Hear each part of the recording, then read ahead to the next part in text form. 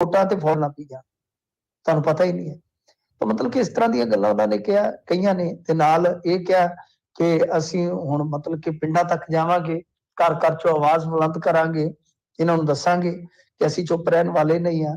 ਤੇ ਨਾਲ ਦਿੱਲੀ ਨੂੰ ਇੱਕ ਨਿਹੋਰਾ ਵੀ ਮਾਰਿਆ ਹੈ ਕਿ ਕੀ ਅਸੀਂ ਤੁਹਾਡੇ ਜੇਠ ਲੱਗਦੇ ਆ, ਨਾਗਿਆਂ ਨਾਲ ਜਾਂ ਹੋਰ ਇਸ ਤਰ੍ਹਾਂ ਦੇ ਸੰਗਠਨਾਂ ਦੇ ਨਾਲ ਤੁਸੀਂ ਗੱਲ ਕਰ ਸਕਦੇ ਜੇ, ਤੇ ਬਈ ਸਾਡੇ ਨਾਲ ਕਿਉਂ ਨਹੀਂ। ਮਤਲਬ ਉਹਨਾਂ ਦਾ ਸਿੱਧਾ ਇੱਕ ਤਰ੍ਹਾਂ ਨਾਲ ਕਹਿ ਲਓ ਕਿ ਸੱਦਾ ਹੈ, ਜਾਂ ਕਹਿ ਲਓ ਕਿ ਪੇਸ਼ਕਸ਼ ਹੈ ਕਿ ਸਾਡੇ ਨਾਲ ਟੇਬਲ ਟਾਕ ਕਰੋ ਬਈ। ਕਹਿੰਦੇ ਕਿ ਸਿੱਖਾਂ ਦੇ ਨਾਲ 75 ਸਾਲਾਂ 75 ਵਾਅਦੇ ਕੀਤੇ ਗਏ ਪਰ ਕੋਈ ਪੂਰਾ ਨਹੀਂ ਹੋਇਆ, ਸਾਡੇ ਕੋਲ ਸਾਰਾ ਡਾਟਾ ਹੈਗਾ। ਤਾਂ ਇਸ ਤਰ੍ਹਾਂ ਇਹ ਉਹਨਾਂ ਦੀ ਤਕਰੀਰ ਸੀ। ਇਸ ਤੋਂ ਇਲਾਵਾ ਹੋਰ ਵੀ ਪੱਤਰਕਾਰ ਜਾਂ ਹੋਰ ਮੀਡੀਆ ਅਦਾਰਿਆਂ ਦੇ ਮੁੱਖ, ਕੋਈ ਸੰਪਾਦਕ, ਕੋਈ ਹੋਰ ਅਹੁਦੇਦਾਰ ਜਿਹੜਾ ਉੱਥੇ ਬੋਲਿਆ, ਤਾਂ ਸਾਰਿਆਂ ਨੇ ਇੱਕ ਸੁਰਤਾ ਦੇ ਵਿੱਚ ਪੱਤਰਕਾਰਤਾ ਨੂੰ ਬਚਾਉਣ ਦੀ ਗੱਲ ਕਹੀ ਹੈ। ਜਿੱਥੋਂ ਤੱਕ ਸਿਆਸਤ ਦੀ ਗੱਲ ਹੈ, ਸਿਆਸਤ ਦੇ ਮਾਮਲੇ 'ਚ ਇਹ ਹੈ ਕਿ ਬਿਕਰਮ ਸਿੰਘ ਮਜੀਠੀਆ ਨੇ ਵੀ ਪ੍ਰੈਸ ਕਾਨਫਰੰਸ ਕੀਤੀ। ਉਹਨਾਂ ਨੇ ਇਹ ਕਹਿ ਦਿੱਤਾ ਕਿ ਮੀਡੀਆ ਅਕਾਊਂਟ ਬੈਨ ਕਰ ਦਿੱਤੇ ਗਏ। ਪੰਜਾਬੀ ਗਾਇਕ ਬੱਬੂ ਮਾਨ, ਜਸਵੀਰ ਜੱਸੀ ਸਮੇਤ ਨਿਊਜ਼ ਚੈਨਲ, ਜਿਹੜੇ ਇਨਫਲੂਐਂਸਰ ਹੁੰਦੇ ਆ, ਕਿਸਾਨ ਏਕਤਾ ਮੋਰਚਾ ਤੇ ਹੋਰ ਬਹੁਤ ਸਾਰੇ ਲੋਕ ਆ ਜਿਨ੍ਹਾਂ ਨੂੰ ਨੁਕਸਾਨ ਪਹੁੰਚਾਇਆ ਗਿਆ ਸੋਸ਼ਲ ਮੀਡੀਆ ਦੇ ਤੌਰ ਤੇ। ਤਾਂ ਉਹਨਾਂ ਨੇ ਜਦੋਂ ਇਹ ਗੱਲਾਂ ਕਹੀਆਂ ਕਿ ਐਮਰਜੈਂਸੀ ਜਿਹੇ ਹਾਲਾਤ ਬਣਾ ਦਿੱਤੇ ਆ, ਤੇ ਜਿਹੜਾ ਭਗਵੰਤ ਮਾਨ ਆ ਉਹ ਤੇ ਦੂਸਰਾ ਇੱਕ ਤਰ੍ਹਾਂ ਨਾਲ ਕਹਿ ਲਓ ਕਿ ਐਸਾ ਸ਼ਖਸ ਬਣਦਾ ਜਾ ਰਿਹਾ ਜੋ ਇੰਦਰਾ ਗਾਂਧੀ ਦੇ ਪਦ ਚਿੰਨ੍ਹਾਂ ਤੇ ਚੱਲ ਰਿਹਾ, ਇਹੋ ਜਿਹੀਆਂ ਗੱਲਾਂ ਕਹੀਆਂ। ਉਹਦੇ ਜਵਾਬ ਦੇ ਵਿੱਚ ਫਿਰ ਇਹਨਾਂ ਨੇ ਵੀ ਪ੍ਰੈਸ ਕਾਨਫਰੰਸ ਕੀਤੀ, ਆਮ ਆਦਮੀ ਪਾਰਟੀ ਵਾਲਿਆਂ ਨੇ। ਉਹਨਾਂ ਨੇ ਵੀ ਯਾਦ ਦਿਵਾਇਆ ਕਿ ਕਿਸ ਤਰ੍ਹਾਂ ਸਰਬੱਤ ਖਾਲਸਾ ਕਵਰ ਕਰਨ ਵਾਲੇ ਪੱਤਰਕਾਰਾਂ ਤੇ ਤੁਸੀਂ ਬਲਾਤਕਾਰ ਤੱਕ ਦੇ ਮੁਕੱਦਮੇ ਦਰਜ ਕਰਵਾਏ, ਚੈਨਲ ਬੰਦ ਕੀਤੇ, ਚੱਲਦੀ ਡਿਬੇਟ ਬੰਦ ਕਰਵਾਈ, ਤੁਸੀਂ ਚੈਨਲਾਂ ਦੇ ਬਾਈਕਾਟ ਕਰਵਾਏ, ਉਹਨਾਂ ਨੇ ਬਕਾਇਦਾ ਚੈਨਲਾਂ ਦੇ ਨਾਮ ਲਏ। ਤਾਂ ਇੱਕ ਤਰ੍ਹਾਂ ਨਾਲ ਕਹਿ ਲਓ ਕਿ ਆਮ ਆਦਮੀ ਪਾਰਟੀ ਨੇ ਸਾਰੀਆਂ ਗੱਲਾਂ ਤੋਂ ਪੱਲਾ ਝਾੜ ਦਿੱਤਾ। ਉਹ ਕਹਿੰਦੇ ਕਿ ਜਿਸ ਕਿਸੇ ਨੇ ਕੋਈ ਕਾਨੂੰਨ ਦੇ ਉਲਟ ਕੋਈ ਪੋਸਟ ਵਗੈਰਾ ਪਾਈ ਹੋਏਗੀ ਉਹਦੇ ਤੇ ਤਾਂ ਐਕਸ਼ਨ ਹੁੰਦਾ ਹੈ, ਪਰ ਦੂਸਰੇ ਤੇ ਅਸੀਂ ਕੋਈ ਐਕਸ਼ਨ ਨਹੀਂ ਕੀਤਾ। ਪਰ ਇਹ ਗੱਲ ਬਿਲਕੁਲ ਝੂਠ ਆ। ਮੈਂ ਇਸ ਗੱਲ ਦਾ ਪ੍ਰਤੱਖਦਰਸ਼ੀ ਹੈਗਾ ਵਾਂ ਕਿ ਇਹਨਾਂ ਨੇ ਕਹਿ ਲਓ ਕਿ ਬਹੁਤ ਧੱਕਾ ਕੀਤਾ ਹੈ ਬਿਨਾਂ ਗੱਲ ਤੋਂ। ਸੋ ਇਹ ਸਾਰਾ ਕੁਛ ਆ ਕਿ ਨਾ ਅਕਾਲੀ ਸੱਚੇ ਆ, ਨਾ ਇਹ ਝੂਠੇ ਆ, ਬਈ ਸਾਰਾ ਕੁਛ ਹੀ ਆ, ਤੁਰਿਆ ਜਾਂਦਾ ਹੈ ਸਿਆਸਤ ਦੇ ਪੱਖ ਤੋਂ। ਪਰ ਹੁਣ ਇਹ ਵੇਖਣ ਦੀ ਗੱਲ ਆ ਕਿ ਜਿਵੇਂ ਹੁਣ ਅਕਾਲ ਤਖਤ ਸਾਹਿਬ ਦੇ ਜਥੇਦਾਰ ਜੀ ਨੇ ਥਾਪੜਾ ਵੀ ਦਿੱਤਾ ਹੈ, ਨਾਲੇ ਕਿਹਾ ਕਿ ਹਰੇਕ ਸਿੱਖ ਨਾਲ ਖਲੋਤੇ, ਅਸੀਂ ਮੀਡੀਆ ਨਾਲ ਖਲੋਤੇ ਆ। ਤਾਂ ਇਹ ਹੁਣ ਕੀ ਅਸੀਂ ਕਿਸ ਤਰ੍ਹਾਂ ਦਾ ਆਪਦਾ ਮੀਡੀਆ ਮੁਕਾਮ ਹਾਸਲ ਕਰ ਸਕਾਂਗੇ ਕਿ ਜਿੱਦਾਂ ਪੂਰੀ ਦੁਨੀਆ ਸਿੱਖਾਂ ਵੱਲ ਵੇਖਦੀ ਹੈ ਜਾਂ ਪੂਰਾ ਇੰਡੀਆ ਸਿੱਖਾਂ ਵੱਲ ਵੇਖਦਾ ਹੈ? ਇਹਨਾਂ ਦਾ ਕੀ ਪ੍ਰਤੀਕਰਮ ਹੋਏਗਾ, ਇਹਨਾਂ ਦਾ ਕੀ ਸਟੈਂਡ ਹੋਏਗਾ? ਤਾਂ ਕੀ ਅਸੀਂ ਇਸ ਤਰ੍ਹਾਂ ਦਾ ਇੱਕ ਆਪਦਾ ਮੀਡੀਆ ਵੀ ਪੈਦਾ ਕਰਾਂਗੇ ਜੋ ਬਿਰਤਾਂਤਾਂ ਨੂੰ ਤੋੜਨ ਵਾਲਾ ਹੋਵੇ, ਬਹੁਭਾਸ਼ਾਈ, ਜਿਹਦੇ ਕੋਲ ਗਿਆਨ ਹੋਵੇ, ਤੇ ਉਹ ਗਿਆਨ ਵੀ ਇੰਟਰਨੈਸ਼ਨਲ ਲੈਵਲ ਦਾ ਹੋਵੇ? ਤਾਂ ਕੀ ਇਸ ਤਰ੍ਹਾਂ ਦਾ ਅਸੀਂ ਮੀਡੀਆ ਮੰਚ, ਕਿਉਂਕਿ ਜੇ ਅਸੀਂ ਉਹੀ ਗੱਲਾਂ ਕਰੀ ਜਾਈਏ ਕਿ ਇਹ ਕਾਮਰੇਡ ਮੀਡੀਆ ਹੈ, ਇਹ ਪੰਥਕ ਮੀਡੀਆ ਹੈ, ਇਹ ਲਿਬਰਲ ਮੀਡੀਆ ਹੈ, ਮੀਡੀਆ ਵੀ ਕਈ ਤਰ੍ਹਾਂ ਦਾ ਆ ਗਿਆ, ਤੇ ਫਿਰ ਤੇ ਗੱਲ ਨਹੀਂ ਬਣਦੀ। ਤਾਂ ਮਤਲਬ ਕਿ ਪੰਜਾਬ ਨੂੰ ਹੀ ਰਿਪਰੈਜ਼ੈਂਟ ਕਰਦਾ ਸਾਨੂੰ ਇੱਕ ਐਸਾ ਮੀਡੀਆ ਚਾਹੀਦਾ ਜਿਹੜਾ ਕਿ ਰਲ ਮਿਲ ਕੇ ਇਹਨਾਂ ਚੀਜ਼ਾਂ ਦਾ ਖੰਡਨ ਕਰੇ। ਤਾਂ ਖੈਰ ਵੇਖਦੇ ਹਾਂ, ਇਹ ਵੱਡਾ ਸਵਾਲ ਹੈ ਕਿ ਏਕਤਾ ਜਾਂ ਇੱਕ ਸੁਰਤਾ ਜਾਂ ਮਤਲਬ ਕਿ ਇੱਕ ਮੁਕਾਮ ਵਧੀਆ ਸਾਨੂੰ ਹੁਣ ਵੇਖਣ ਨੂੰ ਮਿਲੇਗਾ। ਪਰ ਇਹ ਤਾਂ ਹੈ ਕਿ ਜਥੇਦਾਰ ਸਾਹਿਬ ਨੇ ਜੋ ਕਰਨਾ ਸੀ ਸੋ ਕਰ ਦਿੱਤਾ। ਪੁਲਿਸ ਵਗੈਰਾ ਉੱਥੇ ਖਾਸਾ ਲੱਗੀ ਹੋਈ ਹੈ। ਜੀ ਜੀ। ਮਿੰਟੂ ਜੀ, ਕੀ ਅਜਿਹੀ ਚੀਜ਼ ਕੋਈ ਇਤਿਹਾਸ ਦੇ ਵਿੱਚ ਪਿੱਛੇ ਦੂਰ ਚੱਲ ਜਾਈਏ ਜਾਂ ਲਾਗੇ ਚੱਲ ਜਾਈਏ, ਜਥੇਦਾਰ ਸਾਹਿਬ ਦੀ ਇੱਦਾਂ ਇਸ ਤਰੀਕੇ ਦੇ ਨਾਲ ਪੱਤਰਕਾਰਾਂ ਨੂੰ ਹੱਲਾਸ਼ੇਰੀ ਜਾਂ ਇੱਦਾਂ ਦਾ ਇੱਕ ਕਰਨ ਦਾ ਕਿਤੇ ਕੋਈ ਹੋਰ ਇਤਿਹਾਸ ਦੇ ਵਿੱਚ ਇੱਦਾਂ ਦਾ ਆਉਂਦਾ ਜਾਂ ਕੋਈ ਇੱਦਾਂ ਦੀ ਚੀਜ਼ ਕੋਈ ਵਾਪਰੀ? ਨਹੀਂ, ਮੈਂ ਤਾਂ ਨਹੀਂ, ਨੇੜਲੇ ਸਾਲਾਂ 'ਚ ਤਾਂ ਨਹੀਂ, ਕਿਉਂਕਿ 10 ਸਾਲ ਤਾਂ ਮੈਨੂੰ ਹੋ ਗਏ ਨੇ ਘੱਟੋ ਘੱਟ ਮੀਡੀਆ ਦੇ ਵਿੱਚ। 6-7 ਸਾਲ ਤੁਹਾਡੇ ਨਾਲ ਹੋ ਗਏ, ਉਸ ਤੋਂ ਪਹਿਲਾਂ ਕੁਝ ਸਾਲ ਮੈਂ ਪ੍ਰਿੰਟ ਚਲਾਏ ਸਨ। ਮੈਂ ਇਸ ਤਰ੍ਹਾਂ ਨਹੀਂ ਵੇਖਿਆ। ਹਾਂ, ਪੱਤਰਕਾਰਾਂ ਦੇ ਨਾਲ ਅੱਛੀ ਬਹਿਣੀ ਉੱਠਣੀ ਹੁੰਦੀ ਹੈ ਜਥੇਦਾਰ ਸਾਹਿਬਾਨ ਦੀ। ਆਪਾਂ ਜੇ ਦੇਖੀਏ ਤਾਂ ਅਤੀਤ ਦੇ ਵਿੱਚ ਬਹੁਤ ਸਾਰੀਆਂ ਉਦਾਹਰਨਾਂ ਤੁਹਾਨੂੰ ਮਿਲ ਜਾਣਗੀਆਂ, ਜਿੱਦਾਂ ਕਰਪਾਲ ਸਿੰਘ ਬਡੂੰਗਰ ਜੀ ਸਨ, ਜਾਂ ਬੜੇ ਇਸ ਤਰ੍ਹਾਂ ਦੇ ਸਿੱਖ ਵਿਦਵਾਨ, ਗਿਆਨੀ ਗੁਰਬਚਨ ਸਿੰਘ ਲੈ ਲਓ, ਫਿਰ ਬੀਬੀ ਜਗੀਰ ਕੌਰ। ਪੱਤਰਕਾਰਾਂ ਦੇ ਨਾਲ ਵਾਹ ਤਾਂ ਚੰਗਾ ਰਿਹਾ ਇਹਨਾਂ ਦਾ, ਐਸਜੀਪੀਸੀ ਹੋਵੇ ਜਾਂ ਜਥੇਦਾਰ ਹੋਣ, ਪਰੰਤੂ ਇਹ ਹੈ ਕਿ ਖੁੱਲੇ ਰੂਪ ਦੇ ਵਿੱਚ ਇਸ ਤਰ੍ਹਾਂ ਪੱਤਰਕਾਰਤਾ ਦੇ ਹੱਕ 'ਚ ਡਟਣਾ ਜਾਂ ਇਹ ਤੇ ਪਹਿਲਾਂ ਹੀ ਆ, ਮੇਰੇ ਵੇਖਣ 'ਚ ਤੇ ਪਹਿਲਾਂ ਹੀ ਹੈ ਜੀ। ਤੇ ਜਿੱਦਾਂ ਤੁਸੀਂ ਵੀ ਗੱਲ ਦਾ ਜਿਹੜਾ ਇਸ਼ੂ ਆ, ਕੀ ਕੋਈ ਰਣਨੀਤੀ ਘੜੀ ਗਈ ਜਿਹੜਾ fake news, miss information, Punjab ਦੀ ਮਿੱਟੀ ਪਲੀਤ ਕਰਨਾ ਜਾਂ ਇਦਾਂ ਦੀ ਚੀਜ਼ ਦੇ ਉੱਤੇ? ਨਹੀਂ, ਐਸਾ ਕੁਛ ਨਹੀਂ। ਇਹ ਇੱਕ ਲੈਕ ਹੈ, ਇਹ ਲੈ ਕੇ ਕਿ ਕੋਈ ਪ੍ਰੋਗਰਾਮ ਠੋਸ ਨਹੀਂ ਹੈ ਕਿ ਕੀ ਕੋਈ ਇਸ ਤਰ੍ਹਾਂ ਦੀ ਵੈਬਸਾਈਟ ਬਣਾਈ ਜਾਵੇ ਜਾਂ ਇੱਕ ਇਸ ਤਰ੍ਹਾਂ ਦਾ ਕੋਈ ਪਲੇਟਫਾਰਮ ਬਣਾਇਆ ਜਾਵੇ ਪੱਤਰਕਾਰਾਂ ਦਾ ਰਲ ਕੇ, ਜਿਹਦੇ ਚ ਜਿਵੇਂ ਹੁਣ ਆਪਾਂ ਆਲਟ ਨਿਊਜ਼ ਦੇਖਦੇ ਹਾਂ ਉਸ ਟਾਈਪ ਦਾ। ਤਾਂ ਉਹ ਨਹੀਂ, ਪ੍ਰੋਗਰਾਮ ਕੁਛ ਨਹੀਂ ਹੈ। ਇਹ ਲੈ ਕੇ ਆਪਾਂ ਕਹਿ ਲਈਏ ਕਿ ਇਸ ਸਾਰੇ ਪ੍ਰਕਰਨ ਦੇ ਵਿੱਚ ਨਾ ਇਸ ਚੀਜ਼ ਦੀ ਕਿਤੇ ਨਾ ਕਿਤੇ ਘਾਟ ਹੈ ਕਿ ਕੋਈ ਫਰਦਰ ਕੋਈ ਵੱਡਾ ਠੋਸ ਪ੍ਰੋਗਰਾਮ ਨਹੀਂ ਦਿੱਤਾ ਗਿਆ। ਬਸ ਉਹ ਹੱਲਾਸ਼ੇਰੀ ਤੇ ਜਾਂ ਕਹਿ ਲਓ ਕਿ ਇੱਕ ਸਰਕਾਰ ਦੇ ਪ੍ਰਤੀ ਕਰੜਾ ਸੁਨੇਹਾ ਜ਼ਰੂਰ ਹੈ, ਪਰ ਉਹ ਠੋਸ ਪ੍ਰੋਗਰਾਮ ਨਹੀਂ ਹੈ। ਜੀ ਜੀ ਜੀ ਮਿੰਟੂ ਜੀ, ਅਗਲੀ ਜੇ ਆਪਾਂ ਗੱਲ ਕਰੀਏ ਜਲੰਧਰ ਜਿਮਨੀ ਚੋਣ, ਹੁਣ ਇੱਕ ਟਾਈਮ ਬਿਲਕੁਲ ਜਿਹੜਾ ਆ ਉਹ ਹੌਟ ਇਸ਼ੂ ਬਣ ਰਿਹਾ ਆ। ਹਰਪਾਲ ਚੀਮਾ ਕਹਿੰਦੇ ਜਲੰਧਰ ਚੋਣ ਇੰਚਾਰਜ ਬਣਾ ਦਿੱਤੇ ਗਏ। ਹਾਂਜੀ, ਦੇਖੋ ਉਧਰੋਂ ਰਾਣਾ ਗੁਰਜੀਤ ਸਿੰਘ ਚੋਣ ਇੰਚਾਰਜ ਨੇ, ਇਧਰੋਂ ਇਹ ਹਰਪਾਲ ਸਿੰਘ ਚੀਮਾ। ਗੱਲ ਇਹ ਹੈ ਕਿ ਨਾਲੇ ਤਾਂ ਫਾਈਨਾਂਸ ਮਿਨਿਸਟਰ ਨੇ, ਨਾਲੇ ਤੁਹਾਨੂੰ ਪਤਾ ਉੱਥੇ ਐਸੀ ਭਾਈਚਾਰੇ ਦੀ ਵੋਟ ਬਹੁਤ ਹੈ ਨਾ ਜਲੰਧਰ ਦੇ ਵਿੱਚ। ਜਲੰਧਰ ਲੋਕ ਸਭਾ ਹਲਕੇ ਦੇ ਵਿੱਚ ਜਿਹੜੇ 9 ਹਲਕੇ ਨੇ, ਤਾਂ ਉਹਨਾਂ ਚੋਂ 4 ਜਾਂ 5 ਤਾਂ ਮੇਰੇ ਖਿਆਲ ਦੇ ਨਾਲ ਰਿਜ਼ਰਵ ਨੇ। ਤਾਂ ਤੁਸੀਂ ਸਮਝ ਸਕਦੇ ਹੋ ਕਿ ਬਹੁਤ ਵੱਡੀ ਗਿਣਤੀ ਹੈ ਐਸੀ ਭਾਈਚਾਰੇ ਦੇ ਵੋਟਰ ਦੀ। ਤਾਂ ਇਸ ਕਰਕੇ ਇਹਨਾਂ ਨੂੰ ਉੱਥੇ ਉਹਨਾਂ ਨੇ ਉਤਾਰਿਆ ਕਿ ਬਿਹਤਰ ਤਾਲਮੇਲ ਕਰ ਸਕਣ, ਬਿਹਤਰ ਭਰੋਸਾ ਜਿਹੜਾ ਹੈ ਲੋਕਾਂ ਦਾ ਜਿੱਤ ਸਕਣ। ਸੋ ਇਹਨਾਂ ਨੇ ਮੈਦਾਨ 'ਚ ਉਤਾਰ ਦਿੱਤਾ ਹਰਪਾਲ ਸਿੰਘ ਚੀਮਾ, ਸੁਸ਼ੀਲ ਰਿੰਕੂ, ਇਹਨਾਂ ਨੇ ਲੈ ਲਿਆ ਕਾਂਗਰਸ 'ਚ ਉਧਾਰਾ। ਤਾਂ ਹੁਣ ਦੇਖਣਾ ਹੋਏਗਾ ਕਿ ਕੀ ਬਣਦਾ ਕੀ ਨਹੀਂ। ਭਾਜਪਾ ਤੇ ਅਕਾਲੀ ਦਲ, ਬਾਦਲ ਦਾ ਹਾਲੇ ਕੋਈ ਪੱਤਾ ਖੁੱਲਿਆ ਨਹੀਂ ਚੱਜ ਨਾਲ। ਮਤਲਬ ਕਿ ਅਕਾਲੀ ਦਲ ਵੀ ਹਾਲੇ ਇਹਨਾਂ ਦੀ ਆਪਸ ਦੇ ਵਿੱਚ ਚੱਲੀ ਜਾਂਦੀ ਹੈ। ਇੱਕ ਧੜਾ ਕਹਿੰਦਾ ਚੋਣ ਲੜ ਲਓ, ਇੱਕ ਧੜਾ ਕਹਿੰਦਾ ਚੋਣ ਛੱਡ ਦਿਓ, ਇੱਕ ਧੜਾ ਕਹਿੰਦਾ ਕਿ ਬਸਪਾ ਨੂੰ ਲੜਾ ਦਿਓ। ਸੋ ਇਹ ਸਾਰਾ ਕੁਝ ਚੱਲੀ ਜਾਂਦਾ ਵਿੱਚ ਵਿਚਾਲੇ। ਹਰਪਾਲ ਸਿੰਘ ਚੀਮਾ ਨੂੰ ਇਹਨਾਂ ਨੇ ਆਪਣੀ ਚੋਣ ਮੁਹਿੰਮ ਦਾ ਇੰਚਾਰਜ ਥਾਪ ਦਿੱਤਾ। ਤਾਂ ਇਹ ਤਾਂ ਹੁਣ ਲੱਗਣਗੇ, ਜਿਵੇਂ ਹੁਣ ਤੁਸੀਂ ਦੇਖੋ ਕਿ ਵਜ਼ੀਰ ਨੂੰ ਚੋਣ ਇੰਚਾਰਜ ਲਾ ਦੇਣਾ, ਤਾਂ ਸਿੱਧਾ ਸਪਸ਼ਟ ਹੈ ਕਿ ਆਮ ਆਦਮੀ ਪਾਰਟੀ ਬਹੁਤ ਗੰਭੀਰਤਾ ਦੇ ਨਾਲ ਇਸ ਚੋਣ ਦੇ ਵਿੱਚ ਉਤਰੇਗੀ, ਕੋਸ਼ਿਸ਼ ਕਰੇਗੀ ਜੋ ਸੰਗਰੂਰ ਨੇ ਝਟਕਾ ਦਿੱਤਾ ਸੀਗਾ, ਐਸਾ ਝਟਕਾ ਕਿਤੇ ਜਲੰਧਰ ਹੀ ਨਾ ਦੇ ਜਾਣ। ਤਾਂ ਦੇਖੋ ਹੁਣ ਅੱਗੇ ਕੀ ਬਣਦਾ, ਪਰ ਹੌਲੀ ਹੌਲੀ ਪੱਤੇ ਤਾਂ ਖੁੱਲਣੇ ਸਟਾਰਟ ਹੋ ਗਏ ਨੇ। ਜੀ, ਹਰ ਇੱਕ ਦੀ ਨਜ਼ਰ ਰਹੇਗੀ ਕੀ ਕੁਛ ਉੱਥੇ ਜਿਹੜਾ ਉਹ ਵਾਪਰਦਾ ਆ। ਅਗਲੀ ਮਿੰਟੂ ਜੀ ਗੱਲ ਕਰੀਏ, ਨਵਜੋਤ ਸਿੱਧੂ ਹੁਣ ਜਦੋਂ ਤੋਂ ਬਾਹਰ ਆਏ ਨੇ, ਦਿੱਲੀ ਦੇ ਵਿੱਚ ਕਹਿੰਦੇ ਮੀਟਿੰਗਾਂ ਦਾ ਇਹਨਾਂ ਦਾ ਦੌਰ ਜਾਰੀ ਆ, ਐਕਟੀਵਿਟੀ ਪੂਰੀ ਦਿਖਾ ਰਹੇ ਆ। ਹਾਂਜੀ, ਇਹ ਪਹਿਲਾਂ ਵੀ ਜਦੋਂ ਮਤਲਬ ਕਿ ਜੇਲ੍ਹ ਜਾਣ ਤੋਂ ਪਹਿਲਾਂ ਸਰਕਾਰ ਦੇ ਵਿੱਚ ਸੀਗੇ, ਉਦੋਂ ਵੀ ਜਿਹੜਾ ਚੰਨੀ ਸਰਕਾਰ ਦੇ ਬਣਨ ਤੋਂ ਪਹਿਲਾਂ, ਚੰਨੀ ਮੁੱਖ ਮੰਤਰੀ ਬਣਨ ਤੋਂ ਪਹਿਲਾਂ ਇਹਨਾਂ ਦਾ ਮਤਲਬ ਕਿ ਜਿਵੇਂ ਬ੍ਰੇਕਫਾਸਟ ਇੱਥੇ ਕਰੇ ਤੇ ਲੰਚ ਇਹਨਾਂ ਦਾ ਦਿੱਲੀ 'ਚ ਹੀ ਹੁੰਦਾ ਸੀਗਾ, ਡਿਨਰ ਫਿਰ ਪੰਜਾਬ 'ਚ, ਤੇ ਸਵੇਰੇ ਫਿਰ ਤੜਕੇ ਦੀ ਚਾਹ ਕਈ ਵਾਰ ਦਿੱਲੀ ਜਾ ਕੇ ਪੀਂਦੇ ਹੁੰਦੇ ਸਨ। ਤੋ ਹੁਣ ਇਹ ਦਿੱਲੀ ਦੇਖੋ ਗੱਲ ਇਹ ਜੁੜਦੀ ਆ ਫਿਰ ਜਲੰਧਰ ਚੋਣ ਨਾਲ ਵੀ ਕਿ ਜਲੰਧਰ ਚੋਣ ਸਿਰ ਤੇ ਆ। ਨਵਜੋਤ ਸਿੰਘ ਸਿੱਧੂ ਨੂੰ ਜੇ ਤੋਰਨਾ, ਮੰਨ ਲਓ ਕਿਸੇ ਵੀ ਮੁਹਿੰਮ 'ਚ ਲਿਜਾਣਾ ਹੈ, ਤਾਂ ਉਹਦੇ ਵਾਸਤੇ ਨਵਜੋਤ ਸਿੰਘ ਸਿੱਧੂ ਦੀ ਪਹਿਲਾਂ ਜਿਹੜੀ ਕੋਈ ਭੂਮਿਕਾ ਉਹ ਕਮਾਨ ਸੈੱਟ ਕਰੇਗਾ, ਤੇ ਤਾਂ ਹੀ ਨਾ ਹਾਈ ਕਮਾਨ ਸੈੱਟ ਕਰੇਗਾ, ਹਾਂਜੀ ਹਾਂਜੀ, ਤਾਂ ਹੀ ਫਿਰ ਉਹ ਅੱਗੇ ਵਧਣਗੇ। ਹਾਲ ਦੀ ਘੜੀ ਤਾਂ ਉਹਨਾਂ ਦੇ ਕੋਲ ਕੋਈ ਅਹੁਦਾ ਨਹੀਂ। ਉਧਰੋਂ ਵੜਿੰਗ ਸਾਹਿਬ ਹੋਏ ਜਾਂ ਰੰਧਾਵਾ ਸਾਹਿਬ ਹੋਏ, ਉਹ ਤੇ ਉੱਕਾ ਸਾਥ ਨਹੀਂ ਨਾ ਦੇ ਰਹੇ। ਮਤਲਬ ਕਿ ਜਿਹੜੀ ਮੋਰਲੀ ਕਤਾਰ ਆ ਲੀਡਰਾਂ ਦੀ, ਇਹਨਾਂ ਦੀ ਕਾਂਗਰਸੀਆਂ ਦੀ, ਰਵਨੀਤ ਬਿੱਟੂ ਹੈ ਜਾਂ ਜਿਹੜੇ ਵੀ ਹੋਏ, ਉਹ ਤਾਂ ਤੁਰ ਨਹੀਂ ਰਹੇ। ਆਪਾਂ ਦੇਖਿਆ ਸਿੱਧੂ ਉਹਨਾਂ ਦੇ ਪ੍ਰੋਗਰਾਮਾਂ 'ਚ ਨਹੀਂ ਜਾਂਦਾ ਜਿਹੜੇ ਕਾਂਗਰਸ ਦੇ ਪ੍ਰੋਗਰਾਮ ਹੋਣ, ਤੇ ਉਹ ਸਿੱਧੂ ਵਾਲੇ ਪ੍ਰੋਗਰਾਮਾਂ 'ਚ ਨਹੀਂ ਆ ਰਹੇ। ਤਾਂ ਸਾਫ਼ ਹੈ, ਸਿੱਧਾ ਸਪਸ਼ਟ ਸੁਨੇਹਾ ਹੈ। ਤਾਂ ਹੋ ਸਕਦਾ ਹੈ ਕਿ ਨਵਜੋਤ ਸਿੰਘ ਸਿੱਧੂ ਇਸੇ ਵਾਸਤੇ ਗਿਆ ਹੋਵੇ ਕਿ ਭਾਈ ਮੇਰੇ ਨਾਲ ਤੁਸੀਂ ਕੋਈ ਦੋ ਟੁੱਕ ਗੱਲ ਕਰੋ। ਹਾਲਾਂਕਿ ਰਾਹੁਲ ਗਾਂਧੀ ਨੂੰ ਕ੍ਰਾਂਤੀ ਦਾ ਉਹ ਦੂਜਾ ਨਾਂ ਦੱਸ ਚੁੱਕੇ ਆ, ਖੜਗੇ ਨੂੰ ਅੱਜ ਉਹਨਾਂ ਨੇ ਦਬੇ ਕੁਚਲਿਆਂ ਦਾ ਕਹਿ ਲਓ ਚੈਂਪੀਅਨ ਦੱਸਿਆ ਹੈ। ਤੇ ਮਤਲਬ ਕਿ ਇਸ ਤਰ੍ਹਾਂ ਵਡਿਆਈ ਤਾਂ ਕਰ ਰਹੇ ਨੇ। ਤਾਂ ਉਹ ਹੁਣ ਕੀ ਕੋਈ ਭੂਮਿਕਾ ਇਹਨਾਂ ਨੂੰ ਦਿੰਦੇ ਆ ਕਿ ਨਹੀਂ, ਉਹ ਭੂਮਿਕਾ ਨੈਸ਼ਨਲ ਲੈਵਲ ਦੀ ਹੋਏਗੀ ਜਾਂ ਪੰਜਾਬ ਲੈਵਲ ਦੀ। ਤਾਂ ਵੈਸੇ ਤਾਂ ਨਵਜੋਤ ਸਿੰਘ ਸਿੱਧੂ ਅਕਸਰ ਕਿਹਾ ਕਰਦੇ ਆ ਕਿ ਭਾਜਪਾ ਵਾਲੇ ਤਾਂ ਮੈਨੂੰ ਹਰਿਆਣੇ ਚੋਂ ਲੋਕ ਸਭਾ ਸੀਟ ਤੋਂ ਲੜਾਉਂਦੇ ਸੀ, ਤੇ ਮੈਂ ਆਖਿਆ ਸੀ ਨਹੀਂ ਮਿੱਤਰਾ, ਮੈਂ ਪੰਜਾਬ ਨਹੀਂ ਛੱਡਣਾ। ਉਹ ਰਾਜ ਸਭਾ ਮੈਨੂੰ ਭੇਜ ਕੇ ਰਾਜੀ ਸੀ, ਪਰ ਮੈਂ ਆਖਿਆ ਸੀ ਨਹੀਂ, ਮੈਂ ਪੰਜਾਬ ਨਹੀਂ ਛੱਡਣਾ। ਗੱਲ ਇਹ ਆ ਕਿ ਹੁਣ ਨਵਜੋਤ ਸਿੰਘ ਸਿੱਧੂ ਕਿਹੜੀ ਅੱਗੇ ਗੱਲ ਕਰਨਗੇ, ਕਿਹੜੀ ਭੂਮਿਕਾ ਉਹਨਾਂ ਨੂੰ ਦਿੱਤੀ ਜਾਏਗੀ, ਫੇਰ ਹੀ ਪਤਾ ਲੱਗੇਗਾ।